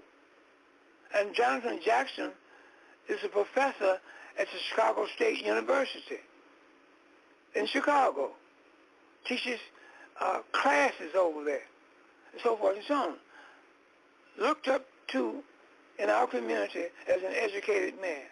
But yet still, he doesn't know who he is or who we are. See, so, again, we're going to have someone who is conscious in our community, conscious enough to know that we as an African people in this country are descendants of ancient Egyptians, and that individual with his African consciousness and that knowledge of us and him being connected with the ancient Egyptians have to finance a museum or institution to reflect that. So that would be my answer to you, my brother. Hello? Oh, 1 second, Dr. Williams. Hold on. Come on, brother. Thank you so much. I appreciate that. That explains it all. And you know, I've always wondered why I read about other people, and I had been studying for so long. I've lived my life to conclusion to understand about me being an ancient Egyptian. I used to, in my younger years, used to ask people, oh, where are you from? And I'm from Nigeria. Oh, I'm this, I'm that. And I would, oh, that's just so wonderful. And I would always wait to see if they would ask me where I'm from, but they would never do that. And it was always so convenient just to be in America, be in the atmosphere, and to take advantage of all the benefits that our ancestors had suffered and died for, all the inventions. And no one seems to be just like complacent. No one seems to have any interest about our true origins. They like the music, they like the dance. You know, you can match it up to see just about where it comes from, physical features and all of that. And everyone really doesn't really want to talk about it. They just want to just experience it. They want to dance and sing. That's all they're concerned with, dancing like us, talking like us, you know, and it's so frustrating to not have a physical place. I mean, we can get online and we can talk, but to have a physical location. And so, like I said, I appreciate you because your spirit told me this, that, you know, they didn't make no accommodation for no ancient Egyptian. They made it for the Negro. And so you have to take these institutions that are under that title and name, and you have to bring them to understanding that they are the ancient Egyptians. So wherever you see institutions where the Negro is so-called black or African American has been financed, because that's all they're going to finance, those are the places where you need to change and shift the paradigm so that you can get them to participate in their ancient Egyptian identity. And that is what I heard you say to me as a spirit, because I had a little letter that I wanted to read it, and I was going to go on a rant about how I feel like I'm, you know, all by myself and I'm having all these problems and there's no place, and, you know, there's no country to go to and all that. No, I'm a Moorish. I mean, I'm a Moorish American. I proclaim Moorish American, and I understand myself to be a Moorish American. And I have participated in the highest forms of Moorish American that you could go, which is the government. But, you know, like I said, at the end of the day, you have to have a physical place where you can protect what it is that you are, the ancient Egyptians. Because at the end of the day, Chinese are from China. They could be Chinese American, that's fine.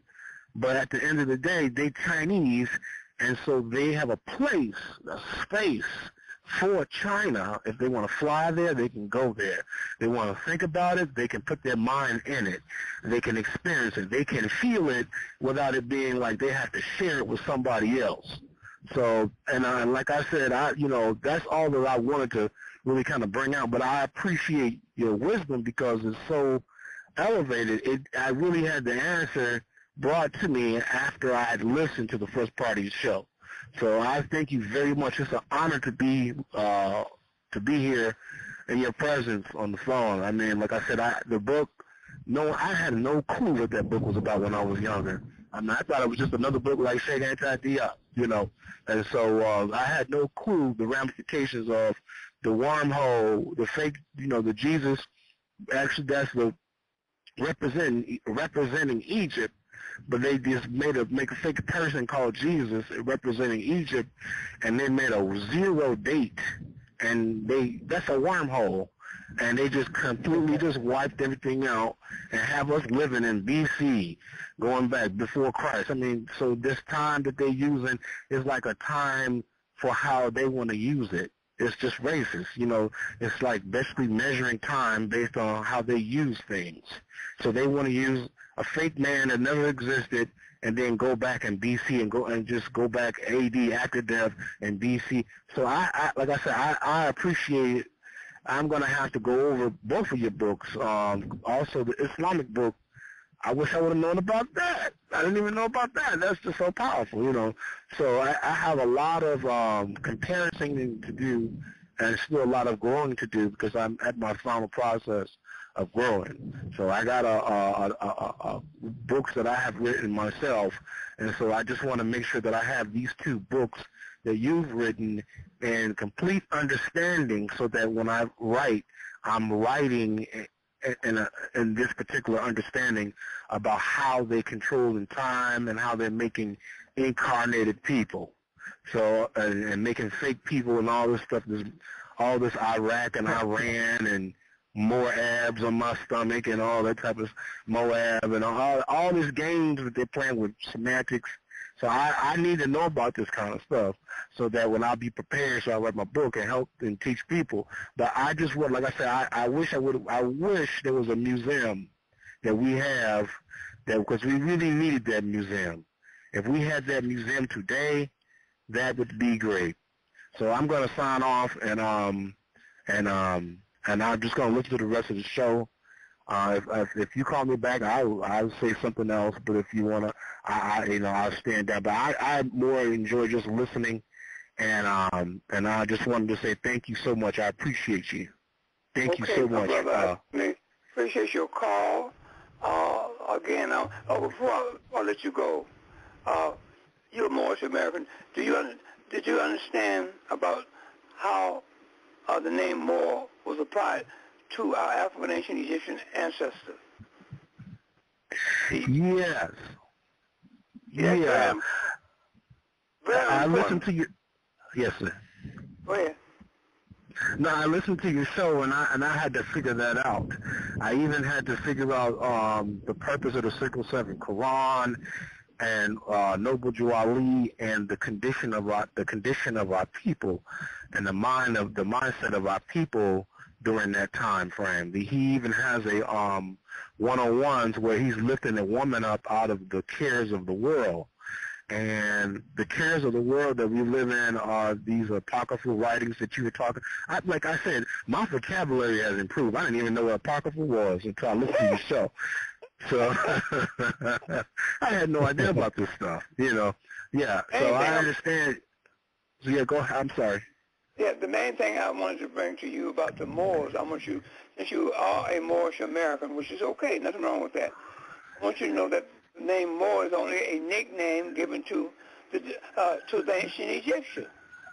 So when you say I'm a Moor, you're saying I'm an ancient Egyptian. Egyptians. You follow me? Yes. See, back to Spain.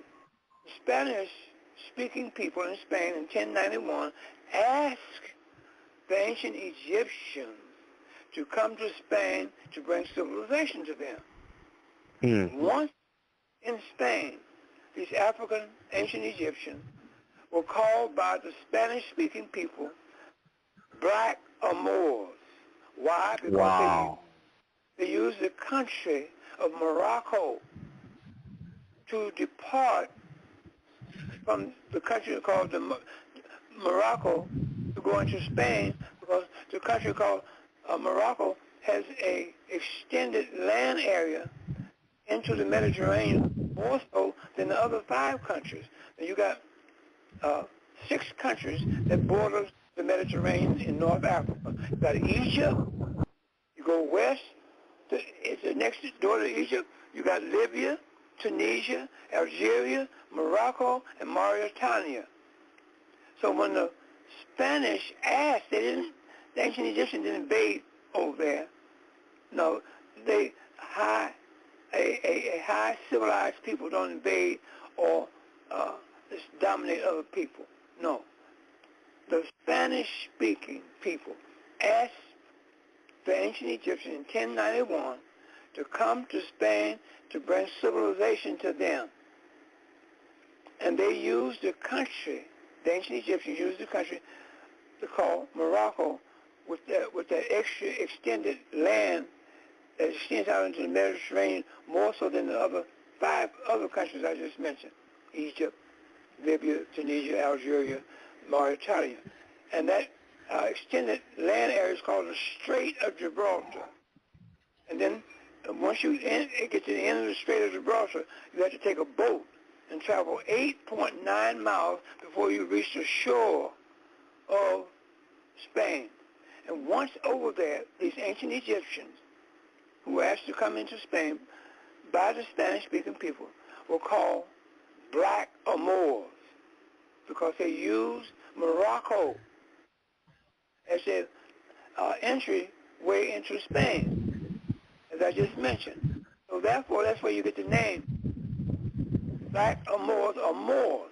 It's only a nickname given to the ancient Egyptians, your ancestors, our ancestors, by the Spanish. So I want you to know that, because you said that you are a black Moor, which is okay, nothing wrong with it, and you're right.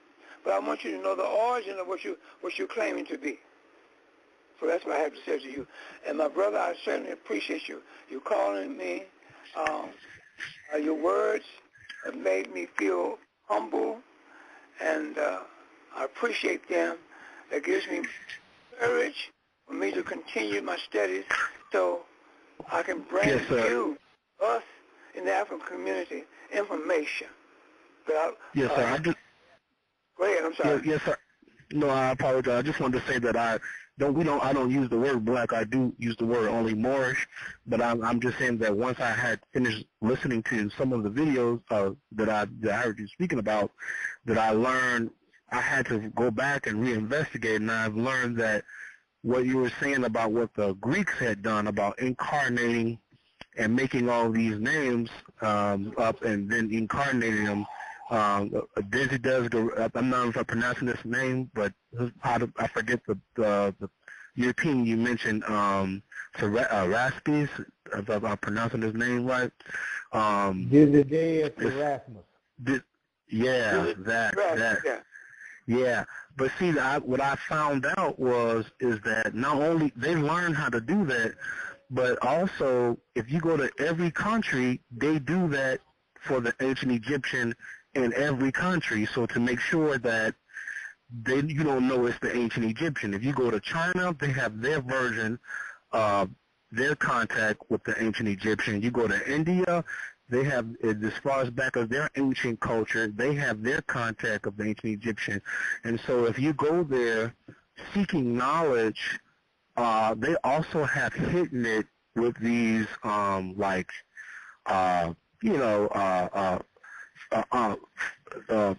fake names, or I should say like covered, symbolism. They don't come out and tell you, hey, these are the ancient Egyptians and this is what this symbolizes in my country. So yes. I'm sorry to cut you off, but you know what you have to do and what we have to do as an African people.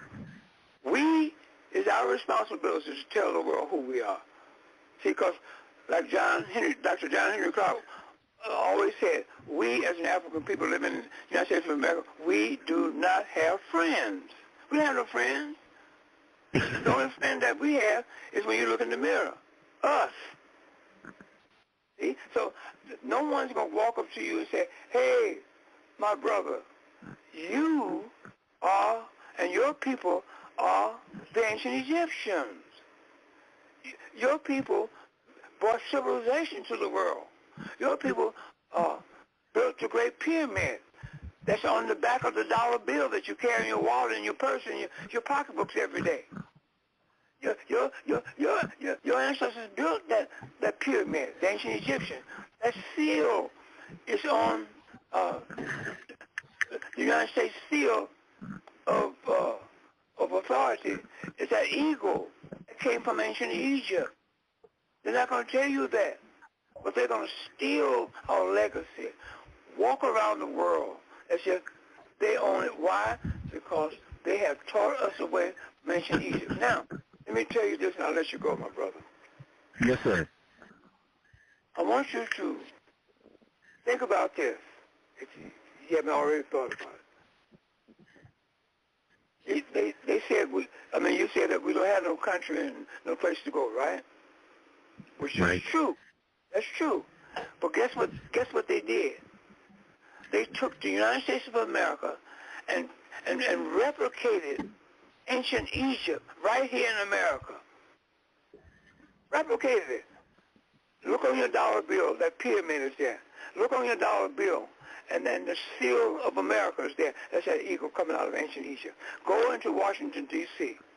Look at that obelisk is there. Look at the artifacts all over Washington, D.C., all over America. Like here in Chicago, go down Clark Street and go east. And all along Clark Street, both sides, you see pyramids all down there. Look at these buildings, these Catholic churches and things. Look at the domes of these churches and things. All ancient Egypt. It's all over America. Everywhere my wife and I go, we see remnants of ancient Egypt right here. So I want you to be conscious of that. See? So they have replicated ancient Egypt over here. They have nothing else to do but take the greatest government, the greatest existence of a human being and human beings, and try to steal our legacy away from us. The legacy that our ancestors left us is in stone monuments, art, and literature. I want you to bring it to your attention, my brother, and thanks so much for the call. You have made my day. I appreciate you, my brother, and I want you to keep on doing what you're doing, okay? So anytime you want, we're going to be on the last Sunday of this month, so if you want to call back, or if you want to email me, you can email me at ancientegyptian@msn.com, ancientegyptian@msn.com. Put your phone number there if you want to talk to me one-on-one like we're doing now, and I'll call you back, and we can continue. Okay, my brother? Okay. Yes. And I want to let you know this. I love you, man. I love my people, my African people. Okay? That's for real. All right. All right. Thank you, brother, for calling in. All right, Dr. Williams, I want to add on a little bit more. When I doing my investigation, it started some years ago. I didn't know anything about the Moors, and but I couldn't figure out why in the Bible it seems to present the Egyptians and Egypt in a negative light, and telling the story about the Egyptians were destroyed, and they had the Israelites, the God's chosen people in Egypt as slaves, and then they had the 10 plagues against Egypt, and Moses parted the Red Sea, and of course every image of a Moses is always a white guy with a beard. And this whole thing was going on, and it was as if we've been given any information about Egypt has to be negative. It has to be negative, to the point that we hadn't even considered that Egypt is in Africa. And so I started the investigation. I read Stolen Legacy by George G.M. James.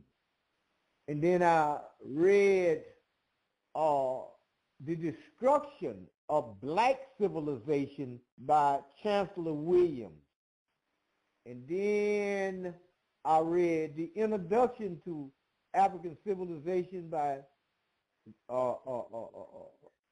John G. Jackson, and the list went on and on and on and on and on, and it snapped in my brain that something is wrong. How is it humanly possible for all of this information to exist, and all of these people are telling this here information, they're coinciding with each other, and they're saying pretty much a lot of the same things about this, that, and the other, but I've been in kindergarten all the way up and to the going to the 12th grade before they threw me out of there, and I wasn't taught any of that. I was taught about Europe. I was taught about World War I, World War II, Korean War. I was taught about the French people. I was taught about the people in Belgium and the people in Holland, and over and over and over and over again. And it was as if Africa, or any kind of greatness about Africa or Egypt, none of that was ever taught to me. And then they had this thing going where it is against the law for a parent to not send a child to school to be miseducated. And I was just a child during that time period, and I did not understand the severity of what has happened back during that time period, but I do now. I really do now. And I understand the magnitude of the damage that has happened to us and all of the people that were involved in doing it. That is very important. Now, my position is, and this is the way I see it, once you unshackle yourself from this religion, fear goes along with it out the door. You don't have that anymore. That's my position about it. Well, that's a good position, because your position is right on target. Now, we've been taught away from ancient Egypt. That was by design and on purpose, in order for us not to know our greatness, in order to paint us like they have painted us as being humans that's inferior. When in fact, they, the Europeans, are the ones that's inferior, not us. Because if you go back into our ancient Egyptian, African ancestors' civilization and existence, you learn that we are not an inferior people, because we come from the royal blood of our ancestors, the ancient Egyptians. And the European cannot tell you anything in world human history that they have done. They'll tell you this, that they, the Europeans, do not know any known history of the European. Okay? You don't know the history of the Europeans. Now, they had to use mythology along with incarnated names. The word incarnate, I-N-C-A-R-N-A-T-E. Look it up in your dictionary. It means to take a name, make a body, and put a body to that name by putting flesh on that body and name, and attach a narrative story to that name. So now, in the Bible, they give you a story of Nebuchadnezzar. They said Nebuchadnezzar, the king of Babylon, which is no place on earth, it's Babylon. And they said that he, in 587, went into Judea, which is known as Jerusalem today, took the Jews out of Judea, took them to Babylon and put them into slavery.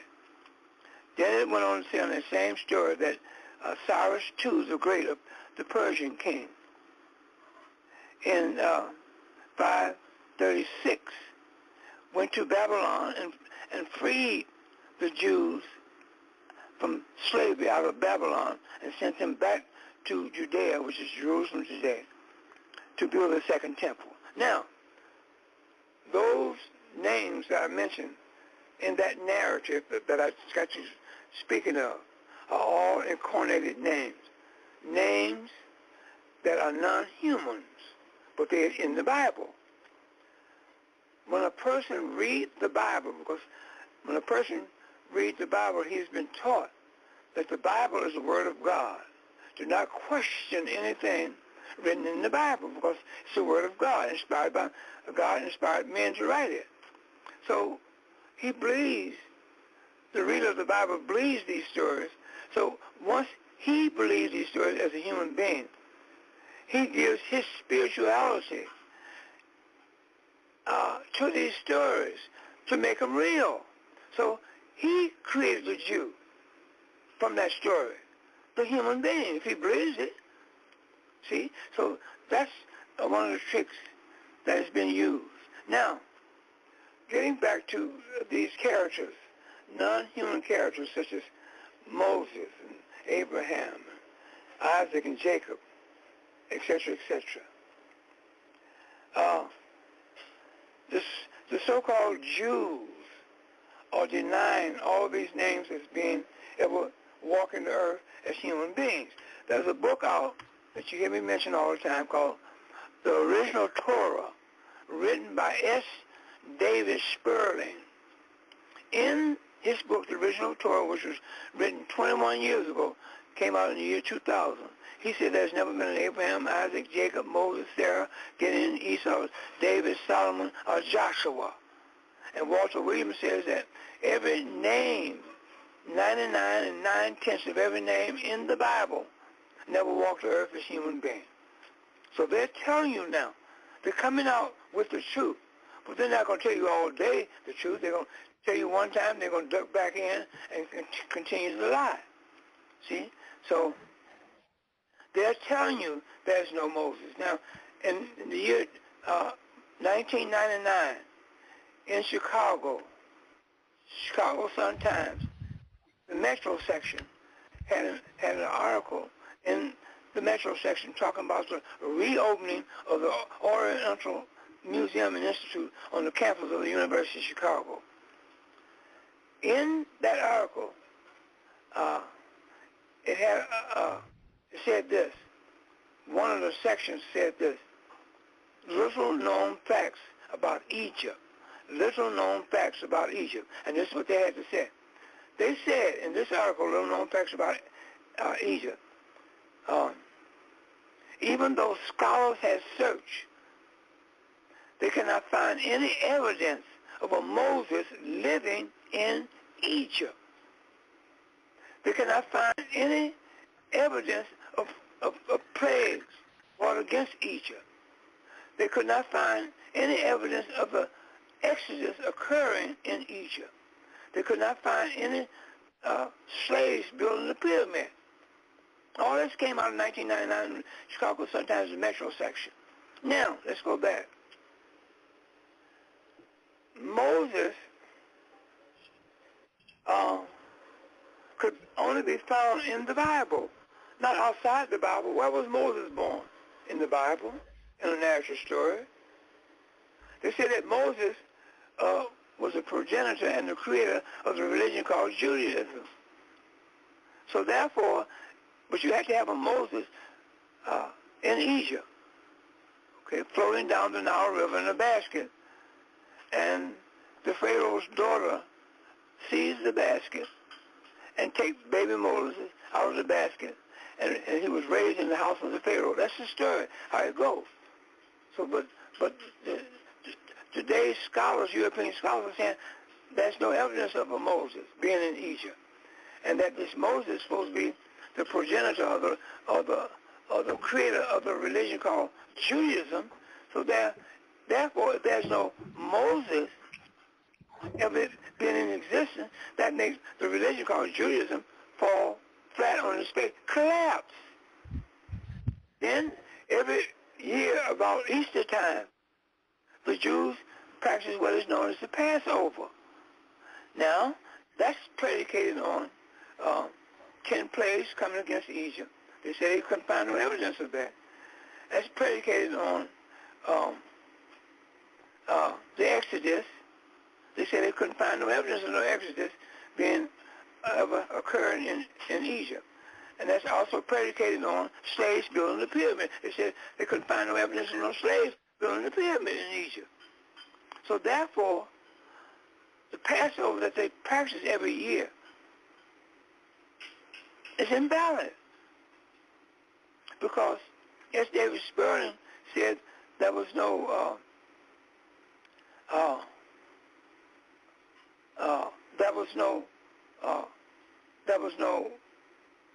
people named in the story ever existing on planet Earth. Okay? And so therefore, you have to have all of these ingredients and names that I mentioned to have a Passover. So the Jews are saying these names never existed, never walked the earth. And these things such as Moses floating down the Nile River in a basket, and the Pharaoh's daughter sees the basket and takes baby Moses out, all that didn't happen. They said that 10 plagues never happened. They said that the Exodus never happened. So what happened is that they freed the Bible from a lie, the scholars of today. These stories that they put out about the Exodus. So they said that never happened. So that frees our ancestors. They can't accuse our ancestors of having slaves building the pyramid. Can't do that. Now, if you go into any synagogue, on the altar of every synagogue throughout the whole entire world, there's a box on the altar. And inside that box, they got scrolls in there. That box represents the basket that Moses' mother had supposedly put him in as a child and float down the Nile River. That's the Ark of the Covenant. That basket story is the Ark of the Covenant. So the Jews on every synagogue throughout the world has that cabinet up there that represents the Ark of the Covenant. Okay? So today's scholars said, no, that never happened. Okay? Didn't have no Moses. Okay? Now, they said that this Moses went from Mount Sinai or Mount Zion to receive the 10 Commandments from God, and that Moses ascended down the Mount Zion or Sinai with the scrolls on his arm. And those scrolls are put into this cabinet that represents the Ark of the Covenant. So that's where the Ark of the Covenant. So that's a lie that's sitting up on the altar of every synagogue throughout the world. See? So they are telling you now that all of these things that they have put out here in the world for humans to consume by way of the narrative stories written in the Bible, by way of the stories told to them in history books, in Western academia, in their institutions, is a lie. They're telling you that now. So I just want to bring that out to your attention and to the listening audience's attention. Brother Tarhaka? All right. Well, Dr. Williams, I want to bring out something that I ran into a long time ago, and it was very, very perplexing for me, because I was trying to get to the bottom of why is, I've been watching the European ever since I was a child. He's frail, coward, dumb, but what is this thing? And my most recent investigation, they had this series of documentaries going, and they will put it up, and I got this stuff off of YouTube, and I brought it and brought it up on the TV, and sure enough, there it was. And I'm able to sit down and with my paper and pencil and look at this thing and take notes. But then after a while, I realized that I didn't have to take notes. I see what was going on. What they are doing today is they are constantly bombarding the world through television broadcasts with a pack of lies. And what they have done is taken the falsification of the original lie that they told about his story, is just that, his story, and now they are connecting it to mythology, and at the same time, they are trying to verify it with the Bible to come up with a conclusion, and they sold aliens and extraterrestrial beings in on top of all of these lies.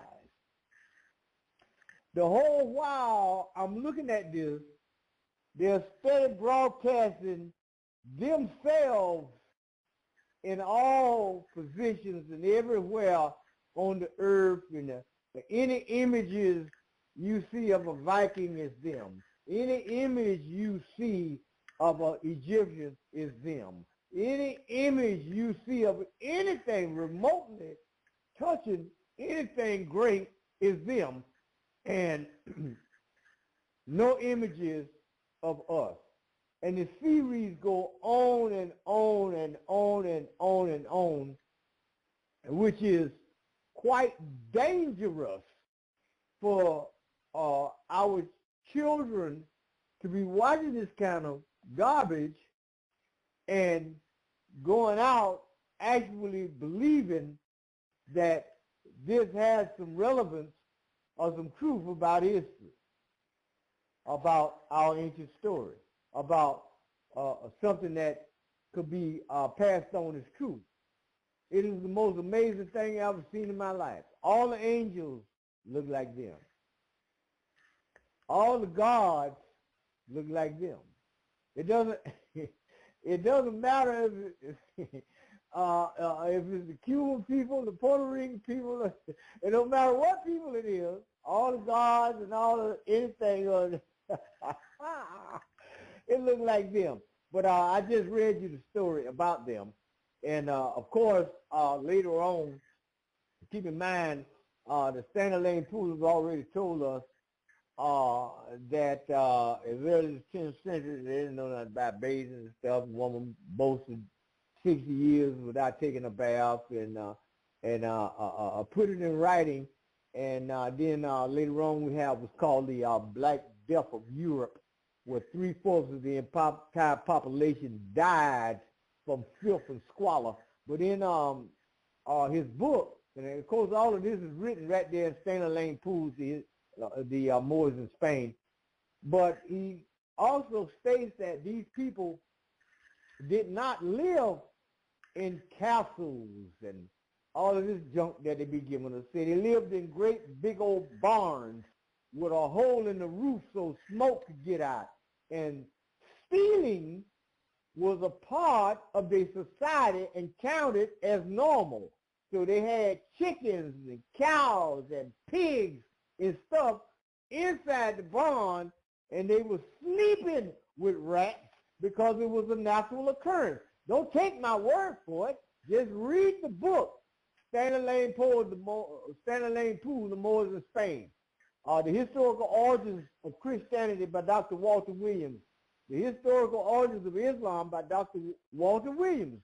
Just read it, do the research on it, do an investigation for yourself, because I don't want nobody to think that I'm just out telling a pack of lies and trying to, because I'm upset about something. No, I'm not. I can't be labeled because I've already labeled myself. I know who I am, so I marvel at stupidity or at people that's masquerading as supposed to be somebody. I marvel at it. It's very, very intriguing to me to see this kind of stuff going on when they have absolutely no knowledge of self. They haven't read anything. They haven't done any investigation. But I do regular investigations on a regular basis to come to the conclusion, and I'm to the point now, there ain't a whole lot more that I need to see because it's the same crap over and over and over. It's obvious to me, but you run into people who haven't done anything, and they're ready to fight against you about what they believe, even though they've been believing the wrong stuff for the majority of their life. And so it creates a very serious problem, and you have to get away from these people. You have to cut them loose, get away from them, let them go. And so I just concentrate on telling the truth right here on this here broadcast right here, Dr. Williams. That's what I be doing. That's my position on seeing the whole thing, because I've been dealing with this here business for a long, long time. Well, that's the reason why. Add, man. Well, that's the reason why you have me on here to enhance what you know, and what you know enhances what I know.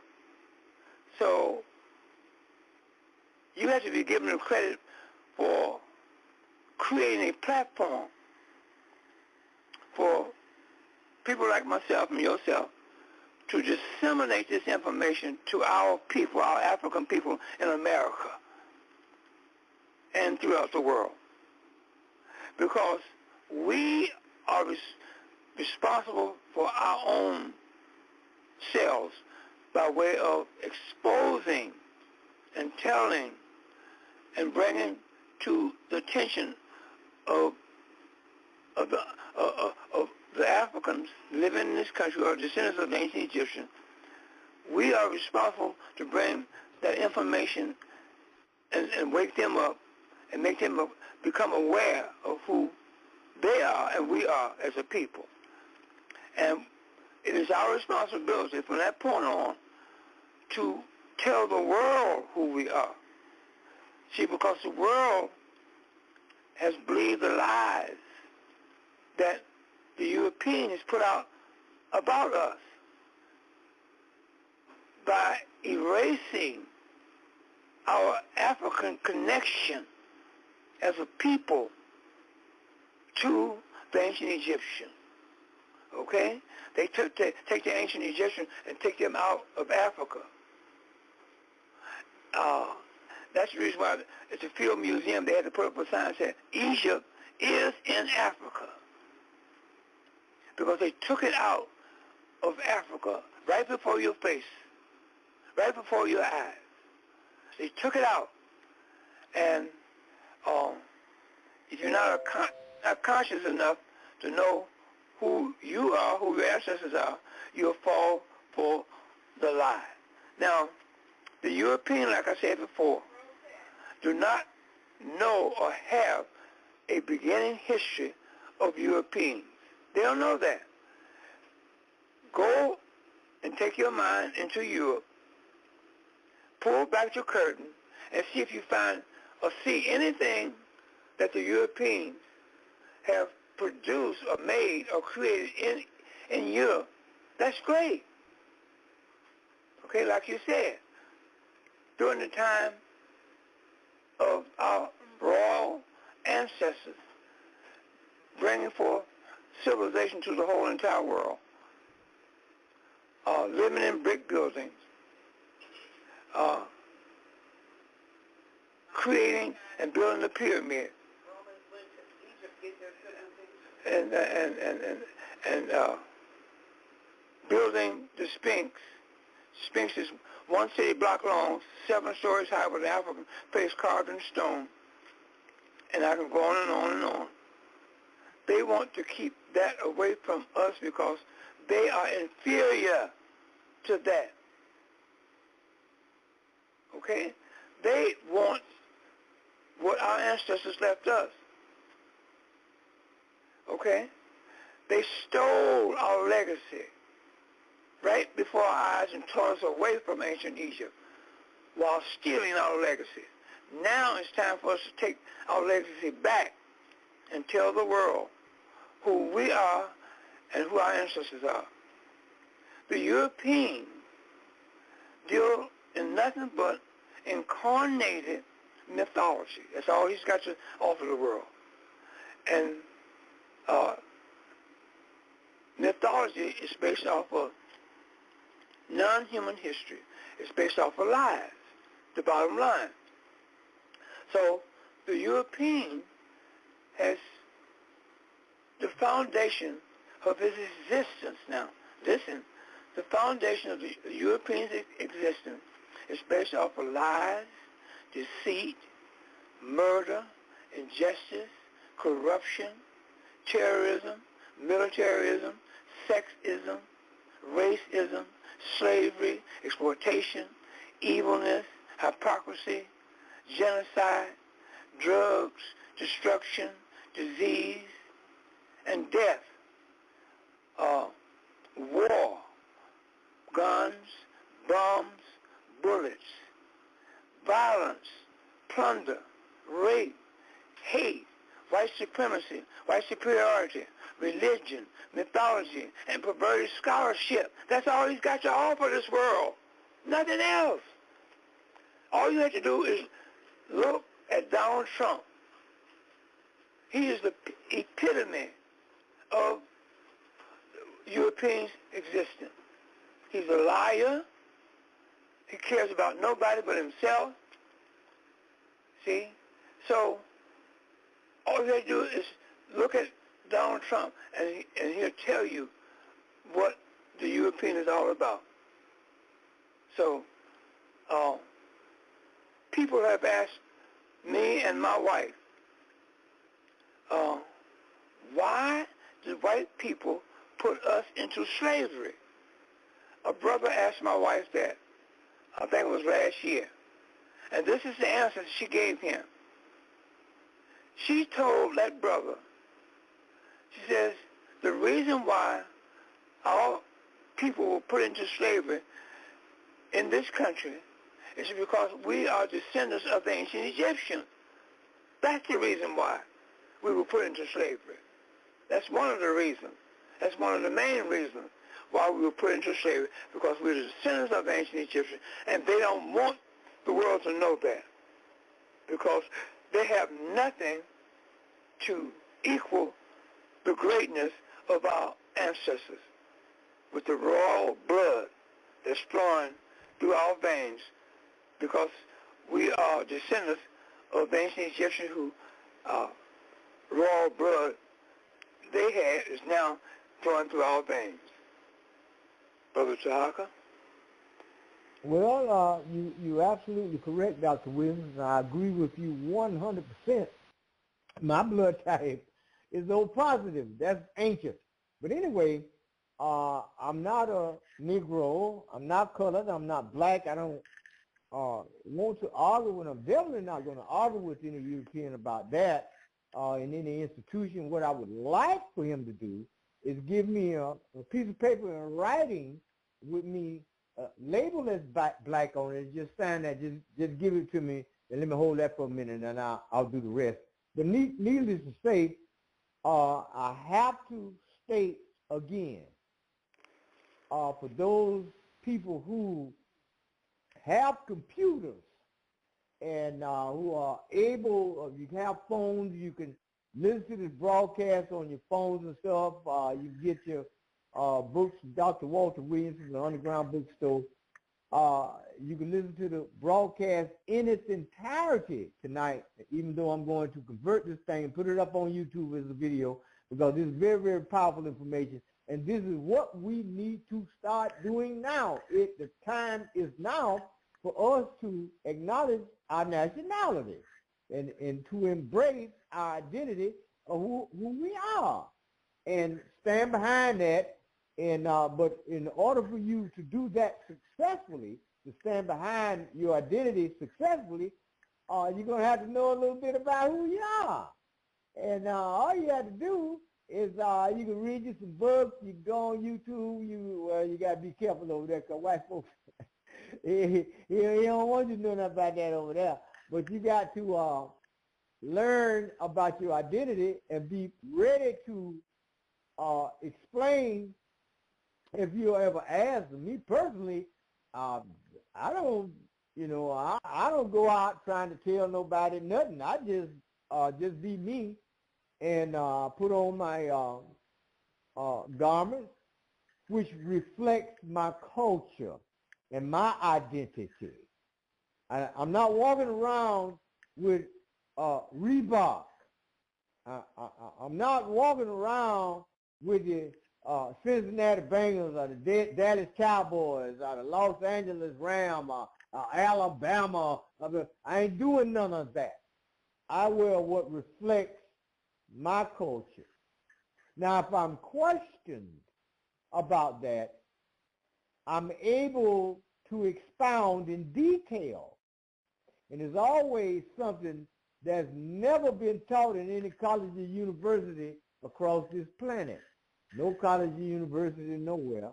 And lay the facts out so that they can go there and verify the facts and truth and stuff. But what is amazing to me, Dr. Williams, is don't have any problems out of Europeans about an argument about this, that, and the other. It doesn't exist. They may be fuming. They may be upset, but it ain't a doggone thing they can do about it. But the people that I have a problem with is the people who look like me, who insist on being African American, who insist on being black people, who insist on Jesus, who insist on God, who insist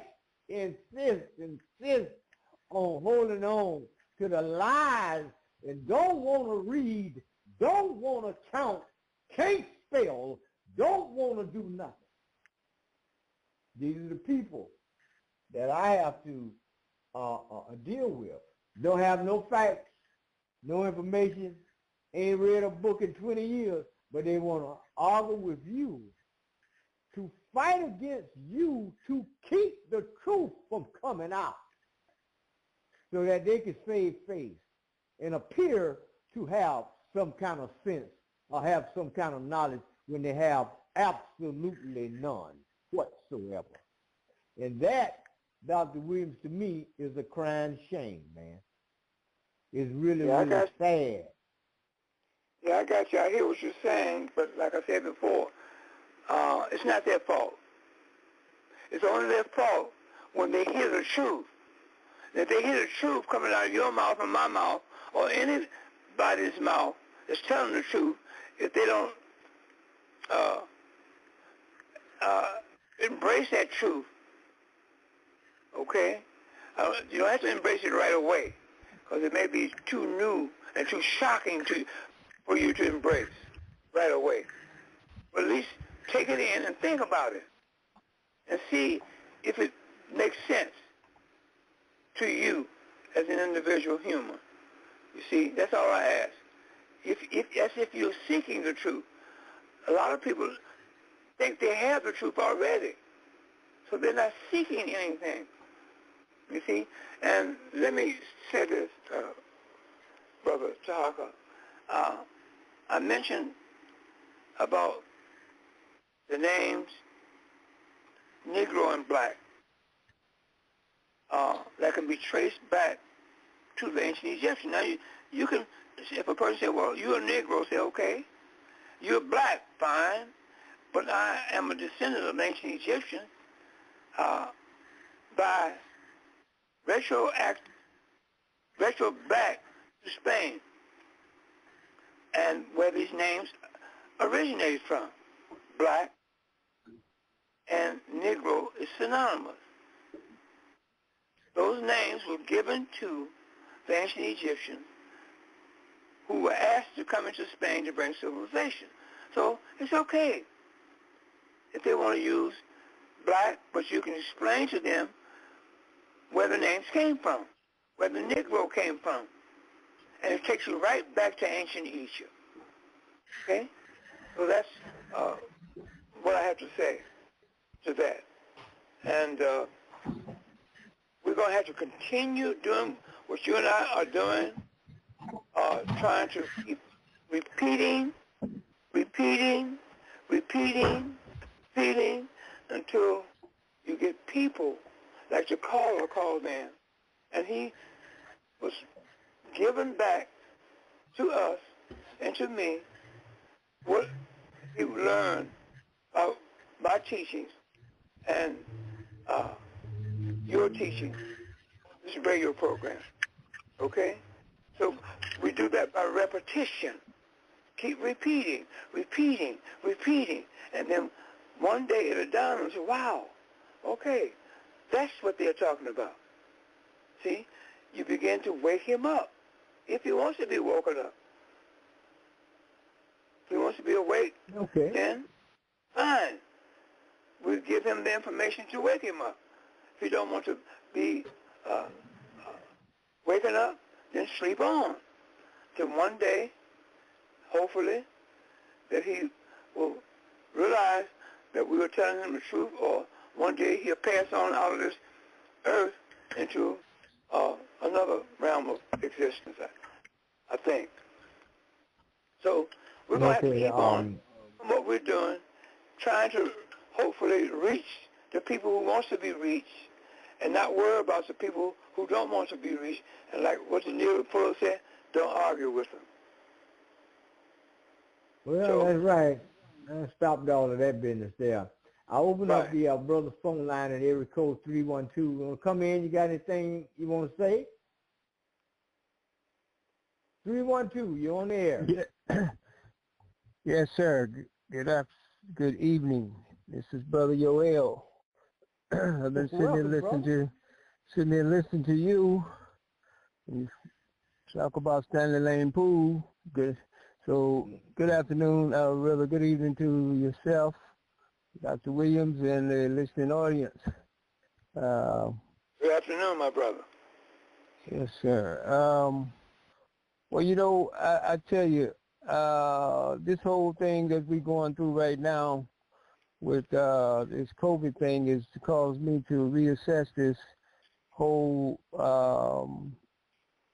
I guess, the narrative here with respect to where we are and who we, and especially particularly when it comes to those people who we saying are conscious of the Egyptian ancestry or any other ancestors for that matter. When it comes to this word conscious, I have to put that back under the microscope and dissect what that is, because what does that mean to me? Because it seems that consciousness is relative to who you're talking to. They may be conscious of some things, but they may not be conscious of other things. So when we say the conscious community, a lot of times from where I'm at in the bookstore, that for those people who I encounter there, that's their history. The history that we're talking about here, they know about it. But they know nothing about the politics and of their enemy and who those enemies are like that. So, and I say that because of the fact that you usually operate out of those that collected information as to who your enemy is and what he's doing. And what I see people doing does not line up with being conscious of, fully conscious of who their enemies are, because they fall victims to their enemies. And that's sad to me, you know. We sometimes probably assume that people are where we are consciously, but that's not the case, probably most of the time, you know. And then sometimes they may be slightly conscious about some of the things that you're aware of, but then they not in other areas, you know. So because if we were, we should be politicking or carrying on our lives in the manner in which we in a different manner in which I see that we should be doing, because like I said, we fall victim to these people. When something like this happens, we don't know what to do. You know, so we usually make the wrong choices, and I see too many people making the wrong choices in this situation we're in right now. You suppose that if our intellectuals were being of our intellectuals, then they would go out and gather the information and dissect it, turn it upside down, and look at it, and then come back to us and tell us what we should be doing or which direction we should be going in. But they don't do that, especially those that come out of academia, like your Eric Michael Dyson's, Henry Louis Gates, and Cornel West, and all them kind of cats, you know, that's got all of those degrees and stuff like that. Those people fail us. They all fail us when it comes to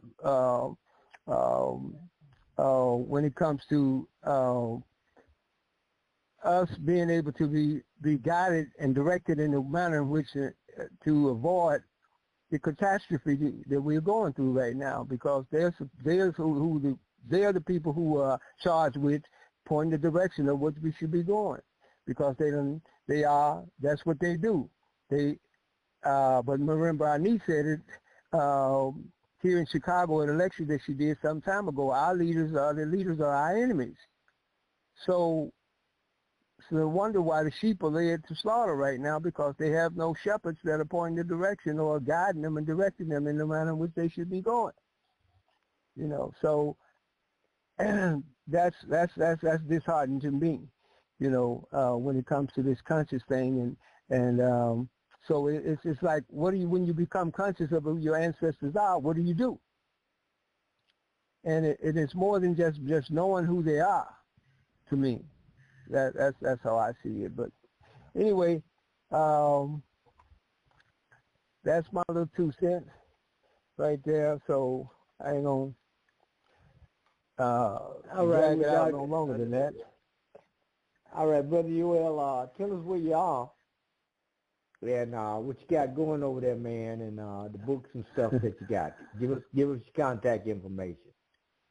Yes, sir. Okay, I'm at Underground Bookstore in Chicago here in Old Windy City at 1727 East 87th Street in Chicago. And email of theundergroundbookstore@gmail.com or undergroundbookstore1@gmail.com. So we are open from 11 to 7 p.m. This is brick and mortar for those people who don't.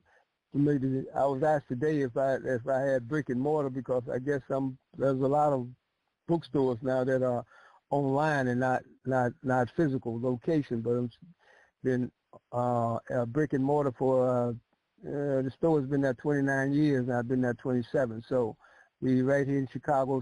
Telephone number 773-768-8869. 773-768-8869. Underground Bookstore. And yes, we do have a kind of increased selection now of books coming in now. They can get Professor Williams' books there, of course. And also we got a lot of other books that I found recently that one of my distributors had some books that I didn't even know that were still in print, that some people may be looking for, like Malachi Z. York and them guys. I've ran into some Milana Karinga's books that don't usually get to the Midwest that often. They're here. Naeem Akbar, and quite a few other titles we got out here. Etymology dictionaries, and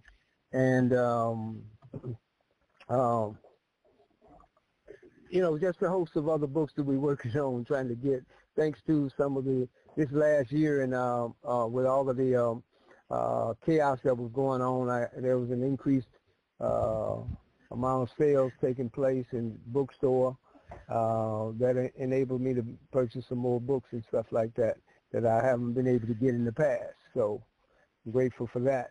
Thanks to all of those people who contributed to that.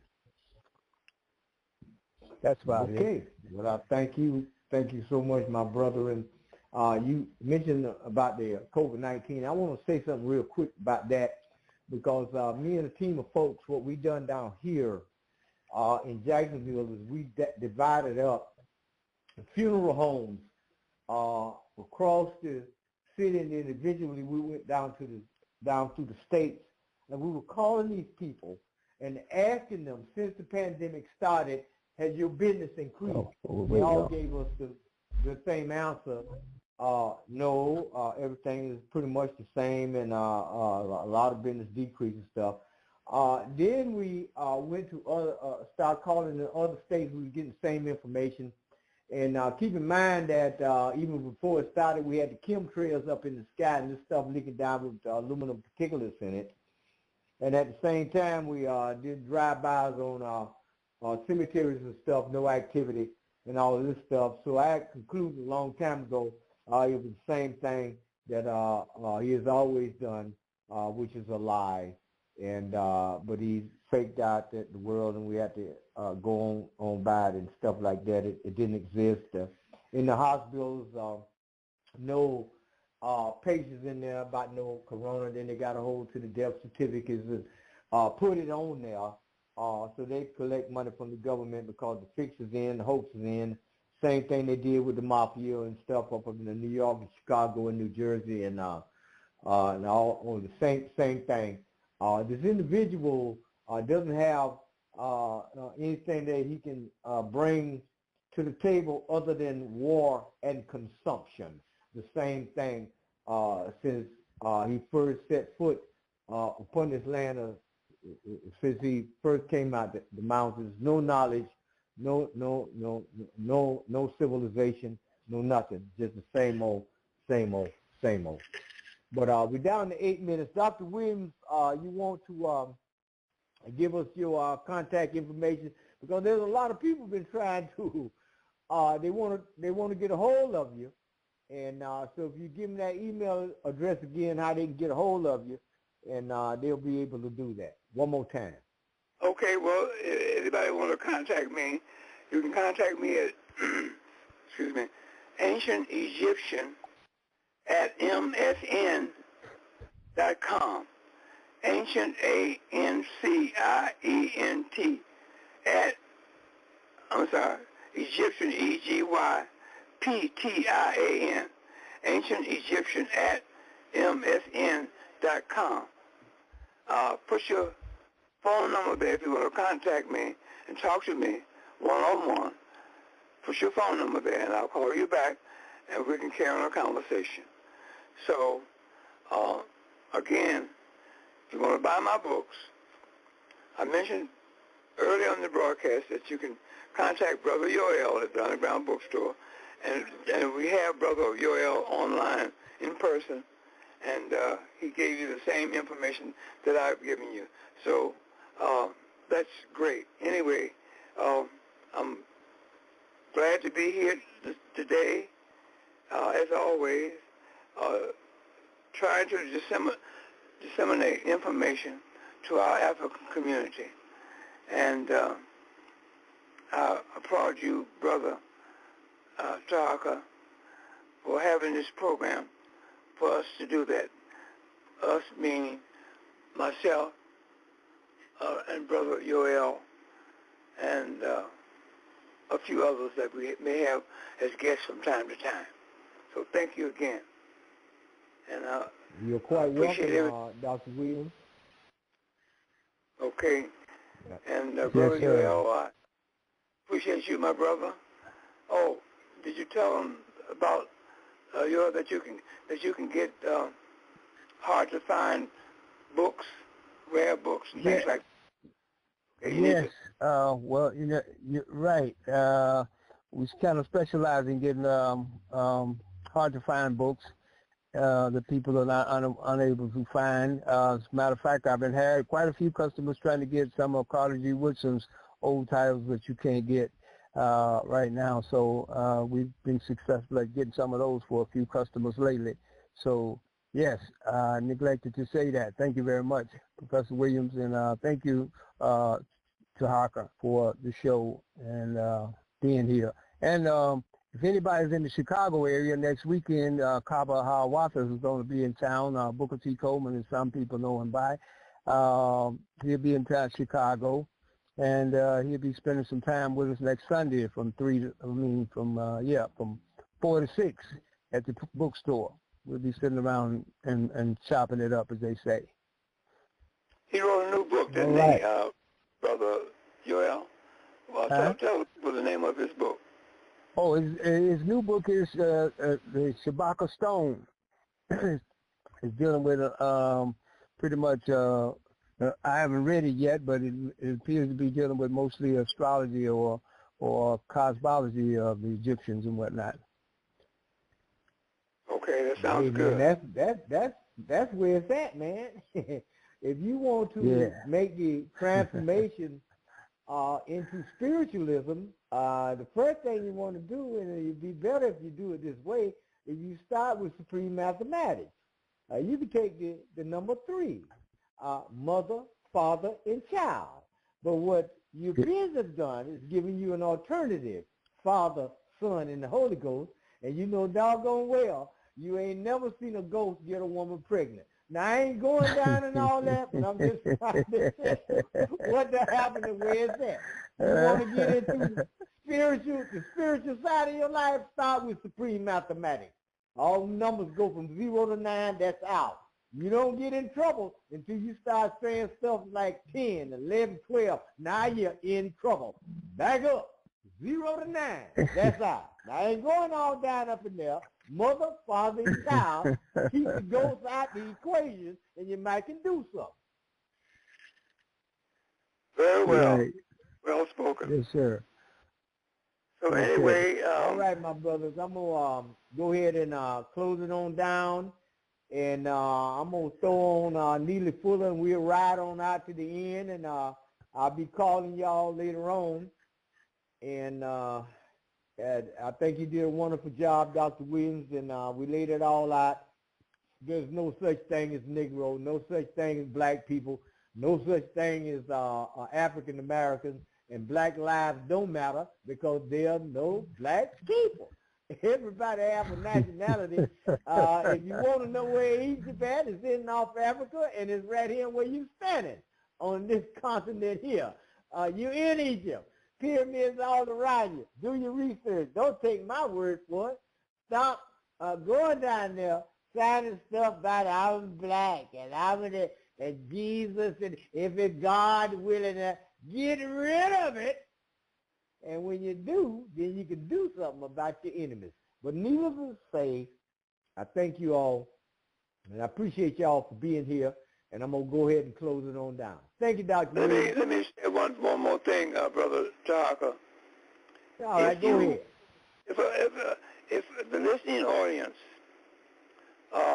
want to know what the statement that's been made on this program about the replication of ancient Egypt is in America, buy a book called Egypt on the Potomac by Anthony Browder, and he'll tell you, take you all over Washington, D.C., and show you where all the ancient Egyptian artifacts and monuments and things, and inscriptions and so forth and so on, scattered all over Washington. And that's a good book for you to really study that book. It's called Egypt on the Potomac, okay? And before I go, next Tuesday, this coming Tuesday, I'm going to be on the Carl Nelson Show. So for those who know or heard of Carl Nelson, I will be on his show that emanates out of Washington, D.C. It'll be Tuesday at 4 o'clock Chicago time and 3 o'clock D.C. time. So I will be on his show, Carl Nelson Show, next Tuesday, disseminating some very important information. So you familiar with Carl Nelson, if you know how to contact his radio show by way of your computer, then do so. always be there. So with that, I want to say, Me'at Hotep to my dear brother Yoel and to my great brother Tarhaka Amana Bay. And the listening audience. All right, Dr. Thank you so much, man. All right. The United Independent Compensatory Code System concept. United means that in theory or in intent, the people who are the victims of racism and are the white people who are against the proliferation or the continued use of racism as the standard for the world's business should be united against that standard.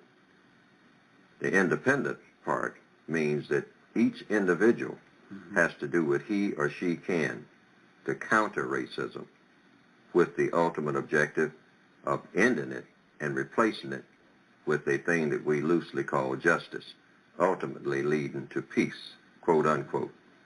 Now that means that you're independent. You are a independent person. So it's not a collective effort.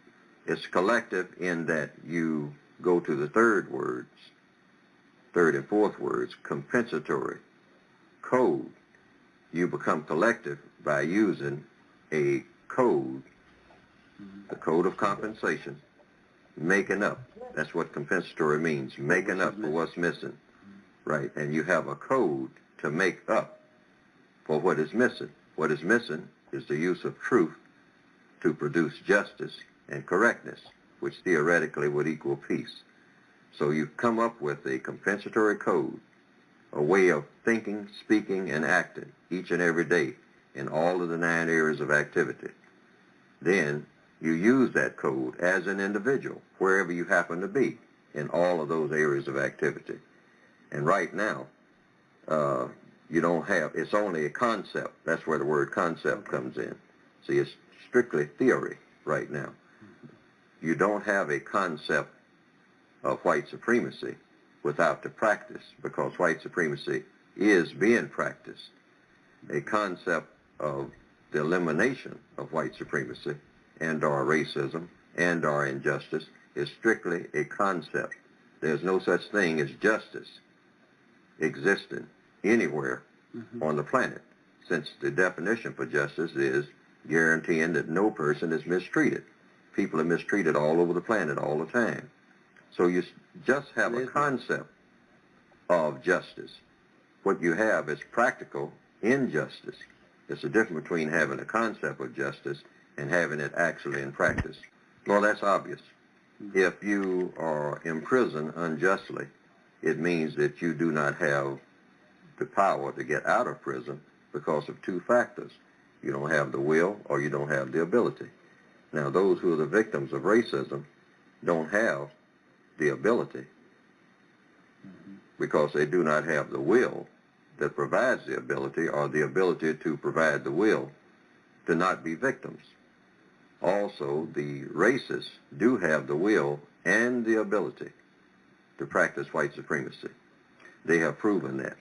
And that's why you say that there really can't be such thing as a black racist. No. Because it has to do with the abilities to... It has to do with the power relationship. It has to do with something that you're actually doing. Carrying out. You're actually doing it. White supremacy is a fact. A lot of people do not like to admit to its existence, but any comprehensive analysis would show that such a thing does exist. So therefore, you can't have a system of black supremacy within a system of white supremacy. It's a total contradiction. Yes, it's a total disaster. What you mean by total is, at this particular point, it is total, because there is not a quality relationship between white people and non-white people on this planet because of the existence of the system of white supremacy. That cuts out any ability of anybody to produce a quality relationship between black people and white people. It also eliminates the possibility under the system of non-white people, black, brown, red, and yellow, interacting with each other or even with white people in a manner that is quality. By quality, we mean justice. We mean with truth. We mean doing the correct thing. You can't do it under a system of white supremacy, because the system of white supremacy is based on mistreating people and having the people react to that mistreatment. So what you have is just a lot of abuse and reactions to abuse and a continuation of the same. Now, you do accomplish a lot of technical things. Such as? Well, such as production of building of bridges, the building of highways, the building of buildings, of schools that, by the way, support the system of white supremacy. Right. And all of these things are designed to do just that. It's a giant ego trip for a white person to be told that because you're white, you are somewhat substantially royal, and so you should act like it. So that's a lot of incentive. Now, a non-white person sitting, say, in a classroom setting is told directly, indirectly, within the system of white supremacy, now you are being trained to be a victim of all of this. In the system of white supremacy, it is absolutely required. In other words, the white student is being taught systematically how to be a white supremacist. The non-white student is being taught how to be a victim. So you have